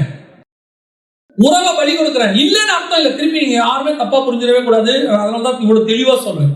நான் சொல்றது அவங்க தாயும் தகப்பனும் தான், அதுல எந்த மாற்று கருத்தும் இல்லை. ஆனால் நான் எப்பொழுது மெல்கிசேதேக்கின் முறைமைக்குள் அழைக்கப்பட்டு உன்னதமான தேவனுடைய ஆசாரியனாக மாற்றப்பட்டேனோ அப்பொழுது இந்த உறவுகள் எனக்கு, இந்த வம்ச வரலாறுக்குள்ள நான் வரமாட்டேன். இந்த தாய் தகப்பனுடைய சாயல் எனக்குள்ள வராது. இந்த தாய் தகப்பனுடைய குணாதிசயம் எனக்கு வராது. நான் எங்க அப்பா குடிக்காம இருந்திருக்கலாம். நான் இயேசுவை ஏற்றுக்கொண்ட பிறகு எனக்கு குடி என்பதே இல்லை. ஏன்? எங்க அப்பா வம்ச வரலாறு எனக்கு இல்ல, எங்க அப்பாவுடைய வம்ச வரலாறு எனக்கு வந்துருச்சு. இப்ப புரியுதா நான் சொல்றது? ஏன்? நான் பூமியின் வம்ச வரலாறு தாய் தகப்பனுக்குரியவனா இருந்த போது அந்த பிசாசோ, அந்த குணாதிசயமோ, அந்த ஜென்ம சுபாவமோ எனக்குள் வந்தது. ஆனால் எப்பொழுது என் தேவனாய கர்த்தர் எனக்கு தகப்பனாய் மாறினாரோ அவர் எப்படி பரிசுத்தரா இருக்கிறதோ அதுபோல் நான் இருக்க விரும்பினார். என்னை அறியாமலேயே அந்த குணாதிசயம் என்னை விட்டு போயிடுச்சு. நான் நிறுத்தணும்னு நினைக்கல, அது போயிருச்சு. இப்பொழுது நான் தேவனுடைய சாயலாய் மாறுகிறேன். இவங்களை மதிக்கிறேன், எல்லாம் செய்யறேன். ஆனா அவங்களுடைய குணாதிசயம் எனக்கு வராது. எங்க அப்பா கெட்ட வார்த்தை பேசுறவரா இருந்திருப்பாரு, ஆனா அது எனக்கு வராது. எங்க அப்பாவுக்குள்ள வேற சில சுபாவங்கள் இருந்திருக்கும், அது எனக்கு வராது. எங்க அம்மா பயங்கர கோபக்காரங்களா இருந்திருப்பாங்க, அது எனக்கு வராது, வரக்கூடாது. நான் வேற வம்ச வரலாறுக்குள்ள வந்துட்டேன். அதுதான் சொல்ல வரேன். இது அப்பா அம்மாவை தொலைக்க முடியும், ஆனா எனக்கு அப்புறம் ஒரு சந்ததி எனக்குள்ள இருக்கக்கூடாது. புரியுதா நான் சொல்றது? நியாயப்பிரமாணத்துல உண்டு, உன் மகனை உன் ஸ்தானத்திலே ஆசாரியனாக அபிஷேகம் பண்ணு, தலைமுறை தலைமுறை உங்களோடு செய்கிற நான் உடன்படிக்கையா இருக்கும், இதெல்லாம் உண்டு. ஆனா மெல்கிசேதேக்கின் முறைமையில அது கிடையாது. இதுக்கு அடையாளமான ஆபிரகாம் பார்த்து சொல்றாரு, உன் ஏகசூதனும் உன் நேசகுமாரனும் ஆகிய அவனை நான் எனக்கு என்று நீ என்ன கொடுக்கணும்? பலியா கொடுத்துரு. அவ்வளவுதான். இனிமேட்டு உனக்கு என்ன இல்ல, பையன் இல்ல. ஏன் உன் பையனுக்கு நான் தான் தகப்பன். இனிமேட்டு உன்னை அழைத்த தேவன் இப்போ ஈசாக்க பார்த்து உன் தகப்பனை அழைத்தனா உன்னையும் அழைத்திருக்கிறேன். ஏன் இனி நான் தான் உனக்கு தகப்பன். இந்த பையனை விடுறதும் உனக்குள்ள வரணும், அடுத்த தலைமுறை விடுறதும் வரணும். இப்ப நமக்கு என்ன இருக்கு? ஆவிக்குரிய வாழ்க்கையில வந்துட்டோம், இந்த மெல்கிசேதேக்கின் முறைமைக்குள்ள வந்துட்டோம். ஆனா நம்மளால தாய் தகப்பனை விட்டு வர முடியுது. அப்பா அம்மா இயேசுவை ஏற்றுக்கொண்டோம், நம்மளை என்ன பண்ணிடுறாங்க? விரட்டி விட்டுறாங்க. நம்ம பைபிள் தூக்கிட்டு வந்துடுறோம். ஆனா நம்ம பிள்ளைகளை கர்த்தருக்கு என்று கொடுக்கறதுக்கு நம்மளால முடியல. எப்படி பிள்ளைகளுக்கு நம்ம சொத்து சேர்த்து வைக்கிறதுங்கிறது நம்ம மேல் விழுந்த கடமை அல்லவா? எந்த கடமை? எந்த ஆகமத்தில் அப்படி இருக்கிறது? பவுல் யாருக்கு எழுதினார் அப்படின்னு? ஆவியாகமம் 26ஆம் அதிகாரத்துல 14-15 வாசிங்க. அவனுக்கு ஆட்டு மந்தையும் மாட்டு மந்தையும் அநேக பணிவிடைக்காரரும் இருந்தபடியினாலே பெலிஸ்தர் அவன் பேரில் பொறாமை கொண்டு அவன் தகப்பனாகிய ஆபிரகாமின் நாட்களில் அவனுடைய வேலைக்காரர் வெட்டின துறவுகளை எல்லாம் தூர்த்து மண்ணினால் நிரப்பி போட்டார்கள். ஆபிரகாம கிட்ட இருந்து ஆவிக்குரிய ஆசீர்வாதம் மட்டும்தான் யாருக்கு வந்தது? ஈசாக்குக்கு வந்தது. ஈசாக்குக்கு பூமிக்குரிய ஆசீர்வாதம் கர்த்தரிடத்திலிருந்து வந்தது. ஆபிரகாமுடைய துறவுகளை என்ன பண்ணிட்டாங்க? மண்ணினால் தூர்த்து போட்டாங்க, முடிஞ்சு போச்சு. ஆபிரகாம் ஈசாக்குக்கு வச்சுட்டு போன துறவு க்ளோஸ், ஊற்று மூடிடுச்சு, அவ்வளவுதான், முடிஞ்சிருச்சு. இப்ப என்ன பண்ணும்? நீ தோண்டி ஈசாக்கு, உங்க அப்பாவை நான் தான் ஆசீர்வச்சேன், உன்னையும் நான் தான் ஆசீர்வச்சேன். உங்க அப்பாவுடைய துறவு அது உனக்கு வராது. ஏன் வராது? நீ மெல்கிசேதேக்கின் முறைமையின்படி இந்த அப்பாவுக்கு பிறந்துட்ட. நம்ம என்ன சொல்றோம்ல, எங்க அப்பா எனக்கு ஒண்ணுமே வச்சுட்டு போல, எங்க அப்பா எனக்கு ஒண்ணுமே கொடுக்கல அப்படின்னு வருத்தம் இருக்கா? இருக்கு, நிறைய பேருக்கு இருக்கு. இந்த அப்பா ஏதாவது கொஞ்சமாவது அவர் வைக்க விடாம பண்ணதே அந்த அப்பா தான். வச்சிருந்தாலும் தூத்து போட்டுருவாரு. ஏன்? ஒரு நல்ல தகப்பன், உண்மையான நல்ல தகப்பன் தாம் பையனுக்கு தான் செய்யணும்னு நினைப்பான். நாம் தேவனுடைய மனவாட்டி வேற எவனையுமே கொடுக்க விடப்பட்டார், அவரே. ஏன் நமக்குள்ள அப்பா அம்மா வச்சுட்டு போற தெரியுமா? அது ஒரு பெரிய ஆசீர்வாதம். அப்பா அம்மா வச்சுட்டு போறத நான் குற்றமா சொல்லல. நம்ம தகப்பன் என்ன விரும்புறாருன்னா அது அல்ல, அதுக்கு மேலான துறவு நான் வச்சிருக்கேன் உனக்கு. நீ என்னுடைய பையன்பா. உங்க அப்பா இருக்காரு, அவரை நான் தான் உன்னை கொண்டு வரதுக்காக உருவாக்குறேன். அவர் உன்னை உருவாக்கிட்டு அவர் பூமியை விட்டு போயிட்டார். அவர் வேலை உன்னை கொண்டு வந்து பூமியில போடுற வேலை. அவர் குழந்தையா உன்னை உருவாக்கிட்டு நான் சொல்ற வரைக்கும் வளர்த்து விட்டுட்டு போயிட்டாரு. அவர் சொத்தெல்லாம் கொடுத்துட்டு போனங்கிறதுலாம் ரூல் இல்லை, அவருக்கு ஜீவனை கொடுக்குற ரூல் மட்டும்தான் வச்சேன். உனக்கு பையனையோ பொண்ணையோ உருவாக்கி கொடுத்துட்டு போயிட்டாரு. அவரை போய் போன மனுஷனை, அவர் மண்ணோடு மண்ணான மனுஷனை இருந்தாலும் ஒண்ணு விற்காம போயிட்டான், அத்தனையும் தொலைச்சிட்டு போயிட்டான், யார் யாருக்கும் கொடுத்துட்டு போயிட்டாங்க. உனக்கு கொடுக்கல, உனக்கு கொடுக்கறதுக்கு ஒருத்தர் இருக்கிறார், அவர் கொடுப்பார், எல்லாத்தையும் கொடுப்பார். ஏன் நீ அவர் வம்ச வரலாறுல உள்ளவன். கர்த்தரே பர்பஸா அதை செய்வார். தகப்பனுடைய தூத்தை தூத்து போட வைப்பார். ஏன் நீ என்னுடைய பையன் தான், நான் செய்யணும். நான் இப்ப ஸ்பிரிச்சுவலிக்கு வரேன். புதிய ஏற்பாட்டில் நீங்களும் நானும் வம்ச வரலாறு இல்லாதவர்கள். தகப்பனுடைய வம்ச வரலாறு நமக்கு வராது. அவருடைய குணாதிசயங்கள் வராது. அப்பாவுடைய குணாதிசயம் வந்தா பரவாயில்லையா சொல்லுங்க. ஆனா குறையே இல்லாத ஒரு அப்பா இருக்காரு. அந்த குணம் தான் நமக்கு தேவை. அதனாலதான் அந்த வம்ச வரலாறுக்குள்ள உங்களை கொண்டு வர விரும்புகிறேன். இப்ப இயேசு கிறிஸ்துவின் வம்ச வரலாறுன்னா என்ன அர்த்தம்? நான் வரும்போது இந்த கோத்திரத்தில், இஸ்ரவேலிலே யூதாவின் கோத்திரத்தில் அர்ச்சனின் மகனாக மரியாளின் மைந்தனாக பிறந்தேன். ஆனால் போகும்போது எந்த அடையாளமும் இல்லை, இந்த பூமிக்குரிய மாம்ச அடையாளமும் இல்லை, எனக்கு ரத்தமும் மாம்சமும் இல்லை, எந்த அடையாளமும் இல்லை. நான் தேவனுடைய குமாரன்ங்கிற ஒரே அடையாளத்தோடு கூட மேலே போகிறேன். அதனாலதான் ஏஞ்சி நிற்கும் போது யாருக்குமே தெரியல அவரை. எல்லாம் மாறி போச்சு, அத்தனையும் மாறிடுச்சு. சரீரம் மாறிடுச்சு, அமைப்பு மாறிடுச்சு, சாயல் மாறிடுச்சு, எல்லாம் மாறிடுச்சு. யார் இவரு? யாரு? அந்த இடத்துக்கு தான் நீங்க நான் மாறணும். போக போக போக போக நம்முடைய செயல் என்ன செய்யணும்? மாறணும். 20 வருஷம் நம்ம சொல்றாங்க, இன்னும் சுபாவம் மாறவே இல்லையடா, இன்னும் கத்திக்கிட்டே இருக்கிறிய, இன்னும் குறைச்சிக்கிட்டே இருக்கிறிய, இன்னும் உனக்கு இப்படி கோபம் வருது, இன்னும் சுபாவம் மாறலையே, ஆண்டவரை ஏத்துக்கிட்டு இத்தனை வருஷம் ஆகி போச்சு, இன்னும் சுபாவம் மாறலையே அப்படின்னா நீ இன்னும் பூமிக்குரிய வம்ச வரலாறுக்குள்ளே இருக்கிறன்னு அர்த்தம். ஆனா உன்னை பத்தி சாட்சி சொல்லணும், இவன் எவ்வளவு மோசமானவன் தெரியுமா? ஒரு நீங்க பார்த்த இவனுக்கும் அதுக்கும் சம்பந்தமே இல்லைங்க. இவன் வேற மனுஷன். இவனெல்லாம் நீங்க அந்த காலத்துல பார்த்திருந்தீங்கன்னா கிட்ட கூட வரமாட்டீங்க. இப்போ பார்க்கிற இவனை நீங்க நம்பவே முடியாது. இவனா இப்படி மாறி இருக்கான். ஏன்? என் பூமிக்குரிய தகப்பனுடைய சாயல் எனக்கு போயிருச்சு, என் தகப்பனுடைய சாயல் எனக்கு வந்துருச்சு. இதுதான் வம்ச வரலாறு. இரண்டாவது, ஆரம்பமும் முடிவும் இல்லாது. வசனம் சொல்லுது, அதே 7ஆம் அதிகாரம் எபிரேயர் நிருபம் 3வது வசனத்தை வாசிங்க.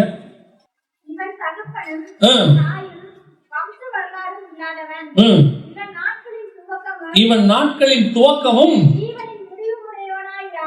ஜீவனின் முடிவும் உடையவனாய் இராமல். நாட்களின் துவக்கம்னா உங்களுக்கு எனக்கு எது நாட்களின் துவக்கம்? நீங்க பிறந்த அந்த நாட்களின் துவக்கம் பர்த்டே இன்னைக்கு. ஆனா அந்த பர்த்டே உங்க பர்த்டே இல்ல. ஒருவன் மறுபடியும் பிறவாவிடில் பரலோகத்தில் பிரவேசிக்க முடியாது. இப்போ நீங்க மறுபடி பிறந்தீங்களா? இதுதான் உண்மையிலேயே பிறந்தது. நான் சொல்றது புரியுதா? கிறிஸ்துவுக்குள்ள பிறந்தீங்கல்ல, மறுபடி born again, இதுதான் உண்மையிலேயே பிறந்தது. இந்த நாட்களின் துவக்கம் என்பது பூமிக்குரியது அல்ல, வானத்துக்குரியது. இதுதான் உண்மை. ஆக்சுவலா இதுதான் பரலோகத்துடைய பர்த்டே. மாம்சப்படி பிறந்த பர்த்டே பரலோகம் பார்க்க போறது இல்ல. நீங்க எப்ப பிறந்தீங்க, கிறிஸ்துவுக்குள்ள எப்ப பிறந்தீங்களோ அதான் ஒரிஜினல் பர்த்டே. ஓகே, அது முடிஞ்சிருச்சு. நாட்களின் துவக்கம் இல்லாதவன். அடுத்து நாட்களின் முடிவும் இல்லாதவன். பெரிய கிருபை, இனி உங்களுக்கும் எனக்கும் மரணம் என்பதில்லை. என்ன சொல்றீங்க? மரணமே கிடையாதா? ஆமா, மரணமே கிடையாது. எப்படி சொல்ல வரீங்க? இந்த சரீரத்துக்கு தான் மரணம் இருக்கிறது. இயேசு வருவதற்கு முன்பதாக அவர்கள் எல்லாரும் மரித்தார்கள். பழைய ஏற்பாட்டு பரிசுத்தவங்க என்ன ஆனாங்க? மரித்தார்கள். வாசிங்கள ஒரு வசனத்தை 11:13 இருந்து வாசிங்க. 13. அடையாமல் தூரத்தில் அவைகளை கண்டு நம்பி அணைத்துக் கொண்டு பூமியின் மேல் தங்களை அந்நியரும் அறிக்கையிட்டு விசுவாசத்தோட மரித்தார்கள். அத்தனை பேர் என்ன பண்ணாங்க? விசுவாசத்தோடு செத்து போனாங்க. ஆனா பவுல் உங்களுக்கு எனக்கு எழுதுகிறாரு, நான் உங்களுக்கு ஒரு ரகசியத்தை சொல்லுகிறேன், இனி நாம் நித்திரை அடைகிறது இல்லை. உங்களுக்கு எனக்கு மரணம் என்பதே கிடையாது. காரணம், நம்முடைய ஆண்டவர் மெல்கிசேதேக்கின் முறைமையின்படி மீண்டும் உயிரோடு கூட எழும்பி மரணத்தை ஜெயமாய் விழுங்கினார். ஆரோனின் முறைமையில வந்தவங்க எல்லாம் நியாயப்பிரமாணத்தை ஃபாலோ பண்ணி பலி செலுத்தி அவங்க என்னதான் விசுவாசத்தால் நற்சாட்சி பெற்றிருந்தாலும் அவர்கள் மரித்தார்கள். நீங்களும் நானும் நித்திரை அடைகிறது இல்லை. நீங்கள் அதுவும் இன்னும் தெளிவா பவுல் சொல்றார், இன்னும் தெளிவா பவுல் ஒரு வார்த்தையை சொல்றார், ரொம்ப அழகா இருக்கும். 1 தெசலோனிக்கேயர் 4:13 வாசிங்க பார்ப்போம். அன்றியும் சகோதரரே, நித்திரை அடைந்தவர்கள் நிமித்தம் நீங்கள் நம்பிக்கையற்றவர்களாகி, எந்த மற்றவர்கள் இந்த பிரமாணத்துக்கு வெளியே இருக்கிற மற்றவர்கள், நியாய பிரமாணமோ உலகத்தில் இருக்கிறவங்களோ அஞ்ஞானிகளோ யாரோ மற்றவர்களை போல துக்கித்து அறிவில்லாதிருக்க எனக்கு மனமில்லை. இயேசுவானவர் மரித்த பின்பு எழுந்திருந்தார் என்று விசுவாசிக்கிறோமே. அப்படியே இயேசுவுக்குள் மரித்தவங்களா நித்திரை அடைந்தவங்களா? நல்ல தெளிவா திருப்பி வாசிங்க. இயேசுவுக்குள். அப்போ உனக்கு எனக்கு மரணம் என்பதே கிடையாது, அந்த வேர்டே கிடையாது. ஒரே ஒரு தடவை மரித்தார், அவர் மீண்டும் உயிரோடு கூட எழுந்தார். அவர் எழுந்ததுனாலே உனக்கும் எனக்கும் மரணம் என்பதை ஆண்டவர் தூக்கி வெளியே போட்டாரு. உனக்கு நாட்களின் துவக்கமும் முடிவும் கிடையாது. நீங்களும் நானும் நித்தியமாய் அவரோடு கூட வாழட்டும். எவ்வளவு பெரிய ஸ்லாக்கியம்! இந்த முறைமைக்கு தான் கர்த்தர் உங்களை என்னை அழைச்சிருக்கிறார். இதுதான் மெல்கிசேதேக்கின் முறைமையினுடைய உச்சம். அவருக்கு மட்டும் நாட்களின் முடிவும் துவக்கம் முடிவும் இல்ல, நமக்கும் நாட்களின் துவக்கம் முடிவும் கிடையாது. எனக்கு கொடுக்கப்பட்ட ஆத்மாவுக்கு ஆரம்பமே கிடையாது. ஏன்? எனக்குள்ள ஜீவ சுவாசத்தை ஊதினவருக்குள்ள அந்த சுவாசம் இருந்துச்சு, அதுக்கு ஆரம்பமே கிடையாது. அவர் எனக்குள்ள ஊதினார். நான் எப்போது அவருக்குள் மறுபடி பிறந்தேனோ எனக்கு பிறப்பு என்பது ஒரு நாள் கணக்குக்குள்ள வரவே வராது. அப்படி கிறிஸ்துவுக்குள்ள பிறந்துட்டேன்னா எனக்கு மரணம் என்பதே கிடையாது. நான் நித்திரை தான் அடைகிறேன், மரணம் அடையவில்லை. அந்த நித்திரை கூட டெம்பரவரி. அவர் வரும் பொழுது கிறிஸ்துவுக்குள் அவர்கள் முதலாவது எழுந்திருப்பார்கள், பின்பு உயிரோடு இருக்கிறார். எவ்வளவு பெரிய ஆசீர்வாதம், எவ்வளவு பெரிய ஆசீர்வாதம்! இந்த முறைமைக்கு தானே கர்த்தர் உங்களை நீ கூப்பிட்டு இருக்கிறாரு. முதலாவது, நான் வம்ச வரலாறு இல்லாத. இரண்டாவது, நான் நாட்களின் துவக்கமும் முடிவும் இல்லாத. இத்தனை பெரிய ஸ்லாக்கியத்துக்கு கர்த்தர் உங்களை என்னை அழைச்சிருக்கிறார். அப்படின்னா இந்த ஆரோனின் முறைமையிலிருந்து மெல்கிசேதேக்கின் முறைமை எப்படி வேறுபட்டு கிறிஸ்துவினுடைய வம்ச வரலாறுக்குள்ள நீங்க நானும் கிறிஸ்து ஆதாமிலிருந்து கிறிஸ்து வரைக்கும் ஒரு வம்ச வரலாறு இருந்துச்சு. கிறிஸ்துவுக்கு அப்புறம் வம்ச வரலாறே இல்லை. ஆமா தானே? கிறிஸ்துவுக்கு அப்புறம் இவன் அவனை பெற்றான்னு இருக்கா? ஆதாம் ஈசாக்கை பெற்றான், ஈசாக்கு யாக்கோபை பெற்றான், யாக்கோபு யூதாவின் சகோதரரையும் பெற்றான். அப்படி இருக்குல்ல வசனத்துல. கிறிஸ்துவுக்கு அப்புறம் கிறிஸ்து இவரை பெற்றார்னு இருக்கா? இல்ல. அவ்வளவுதான். அதுக்கப்புறம் வரக்கூடிய எந்த சந்ததியும் வம்ச வரலாறு இல்லாத சந்ததி. நீங்க எல்லாம் அவருக்குள்ள, நாம் எல்லாம் அவருக்குள்ள பிறந்திருக்கிறோம். அவர் நமக்கு தகப்பனாக இருக்கிறார். அவருடைய வித்து நமக்குள் இருக்கிறதுன்னு யோவான் எழுதும் போது யோவான் எழுதுறாரு, அவருடைய வித்து நமக்குள் இருக்கிறது. கிறிஸ்துவுக்குள் பிறந்தவன் எவனும் பாவம் செய்யான். பாவம் செய்கிறவன் எவனும் அவருக்குள் கிறிஸ்துவனுடையவன் அல்ல. அப்ப நான் கிறிஸ்துவுக்குள்ள பிறந்துட்டேனா எனக்கு கிறிஸ்து தான் அப்பா. எனக்கு உலக பிரகாரம் அப்பாலாம் அம்மாவும் அப்பா அம்மா கிடையாது. திருப்பியும் சொல்றேன், கிடையாதுன்னா என்ன அர்த்தம்? வம்ச வரலாறு கிடையாது. அதுக்கப்புறம் ஏன் எனக்கு அப்புறம் வரக்கூடிய சந்ததியும் கிறிஸ்துவுக்குள்ள பிறந்துருச்சுன்னா அதுக்கும் வம்ச வரலாறு கிடையாது. அவனும் என் பையன் உரிமை கொண்டாட எனக்கு எந்த விதமான உரிமையும் இல்லை. என்னுடைய தகப்பன் கிறிஸ்து, என்னோடு கூடிய வம்ச வரலாறு முடிவடைகிறது. கிறிஸ்துவோட வம்ச வரலாறு முடிஞ்சிருச்சு இல்ல, அதே மாதிரி என்னுடைய வம்ச வரலாறு முடிஞ்சிடும். எனக்கு நாட்களின் துவக்கமும் முடிவும் எனக்கும் கிடையாது. இத்தனை பெரியதான ஆவிக்குரிய ஆசீர்வாதத்துக்கு கர்த்தர் உங்களை அழைச்சிருக்கிறார். அல்லேலூயா. அது எந்த அளவுக்கு உங்களுக்கு புரிஞ்சிச்சுன்னு எனக்கு தெரியல. ஆனா நான் சொல்லுவேன், கர்த்தருடைய மிக முக்கியமான அடிப்படை சத்தியம் இத மட்டும் உங்களுக்கு ஆழமா புரிஞ்சு நீங்க உங்க வாழ்க்கையில அபியாசப்படுத்த தொடங்கிட்டீங்கன்னா இந்த உலகத்தில் உங்களுக்கு எந்த விதமான கவலையும் பிடிப்பும் வியாதியும் பலகீனமும் எதுவும் வராது. எப்படி சொல்றீங்க? இந்த உலகத்தினுடைய வம்ச வரலாறு இருந்துச்சுன்னா அம்மாவுடைய வியாதி எனக்கு வரும், அப்பாவுடைய வியாதி எனக்கு வரும். நான் கிறிஸ்துவனுடையங்கிற விசுவாசத்துக்குள்ள வந்து அவர் என் தாய் தகப்பன்னு நீங்க முடிவு பண்ணிட்டீங்கன்னா அவருக்கு வியாதியே கிடையாது, எனக்கும் அது வராது. இதுதான் விசுவாச வாழ்க்கை.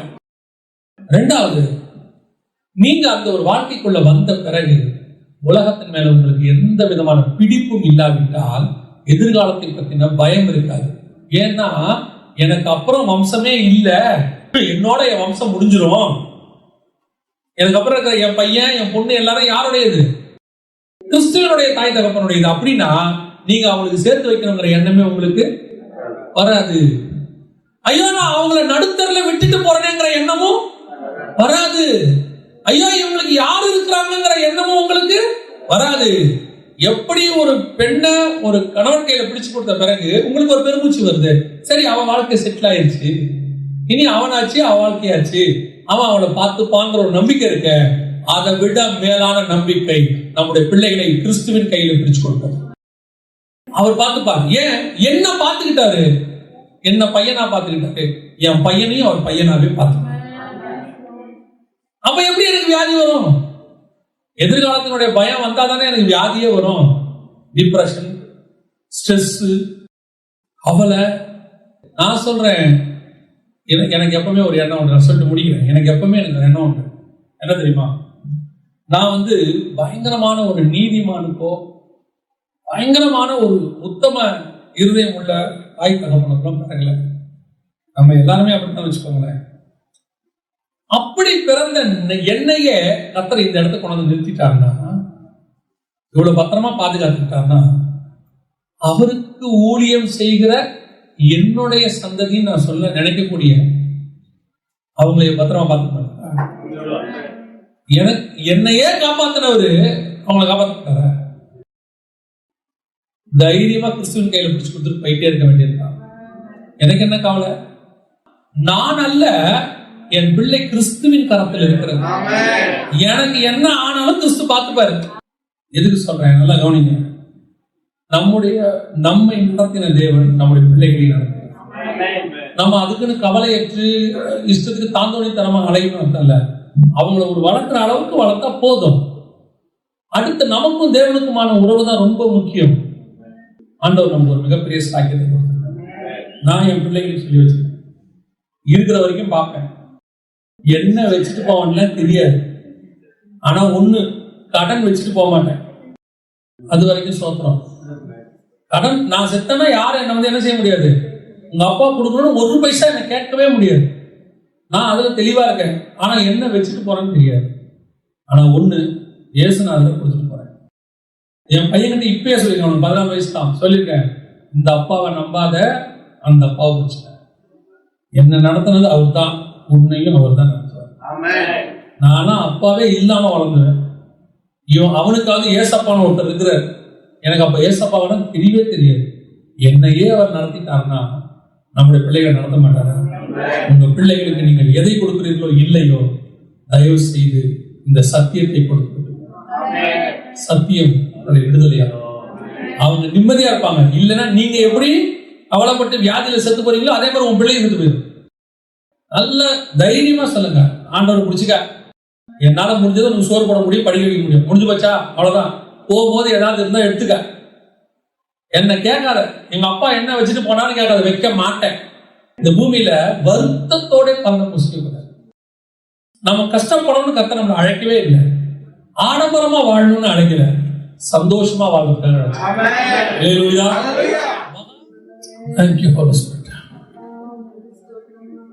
நாங்கள் வம்ச வரலாறு இல்லாத தகப்பனுக்கு பிறந்தோம். நாட்களின் ஆரம்பமும் முடிவும் இல்லாதவருக்கு நாங்கள் பிறந்திருக்கிறோம். எங்களையும் அந்த மகா மேன்மையான அழைப்புக்கு தான் அழைச்சிருக்கிறீங்க. தேங்க்யூ அப்பா. நாங்கள் இந்த ஓட்டத்தை ஓட எங்களுக்கு திரும்பிப்பாங்க. இந்த ஓட்டத்தை முடிவு பரிந்தும் இந்த சிந்தனையோடு கூட ஓடி முடிக்க திரும்பிப்பாங்க. உலகம் எங்களுக்கு பாத்திரம் அல்ல ஆண்டவர். உலகத்தில் உள்ளவைகளும் பாத்திரம் அல்ல ஆண்டவர். நாங்கள் முதற் பேரானவர்கள் வரிசையிலே வந்து நிற்க, மெல்கிசேதேக்கின் முறைமையிலே அழைக்கப்பட்ட ஒரு லிஸ்ட்ல வந்து நிற்க அதை எங்களுக்கு கிருபை காட்டுங்கப்பா. எங்களுக்குள்ள இன்னும் ஆண்டவரே நாங்க எவ்வளவு உதறினாலும் இன்னும் எங்களுக்குள்ள மாம்சம் இருக்கு. அதை நாங்க சிலுவையில அறைய எங்களுக்கு கிருபை பாராட்டுங்க. அந்த சிலுவையில அறைய எங்களுக்கு கிருபை பாராட்டுங்க. தேங்க்யூ நன்றி ஆவியானவரே. ஆண்டவரே, எங்கள் முற்பிதாக்கள் எப்படி இருந்தாங்கன்னு எங்களுக்கு தெரியாது. நாங்கள் வருங்காரியங்களை குறித்து கவலைப்படாமல் அன்றன்றுக்குள்ள பாடுகள் போதும் என்று சொல்லப்பட்டது. எங்களை அழைத்த அழைப்புக்கு பாத்திரவான்களா இன்றைய தினத்தை குறித்து மாத்திரம் ஆண்டவரை நினைக்கிறவர்களா, வருங்கால வம்சத்தை எதிர்காலத்துக்கு உம்முடைய கரத்தை ஒப்படைத்தவர்களா, கவலை இல்லா, துக்கம் இல்லா, துயரம் இல்லா, சந்தோஷத்தோடு கூட நாட்களை கழிக்க கர்த்தர் கிருபை பாராட்டும். இந்த திருச்சபைக்காக நீ நேசிக்கிற இந்த மக்களுக்காக ஆண்டவரே, இவர்களுக்கு எவ்வளவு அதிகமாக ஆழமாக பேசுகிறீர்கள், இவர்களை எவ்வளவு அதிகமாக நீ நேசிக்கிறீர்கள். மகிமையுள்ள கரத்தை தாழ்த்துகிறோம். எவரிடத்தில் அதிகமாய் கொடுக்கப்படுகிறதோ அவரிடத்தில் அதிகமாய் கேட்கப்படுகின்றோம். நீர் அப்படி செய்ததுக்காக ஸ்தோத்திரம். எங்கள் சபை கரை திரை அற்ற மனவாட்டி சபை, ஒரே புருஷனுக்கு நியமிக்கப்பட்ட கற்புள்ள கன்னிகையா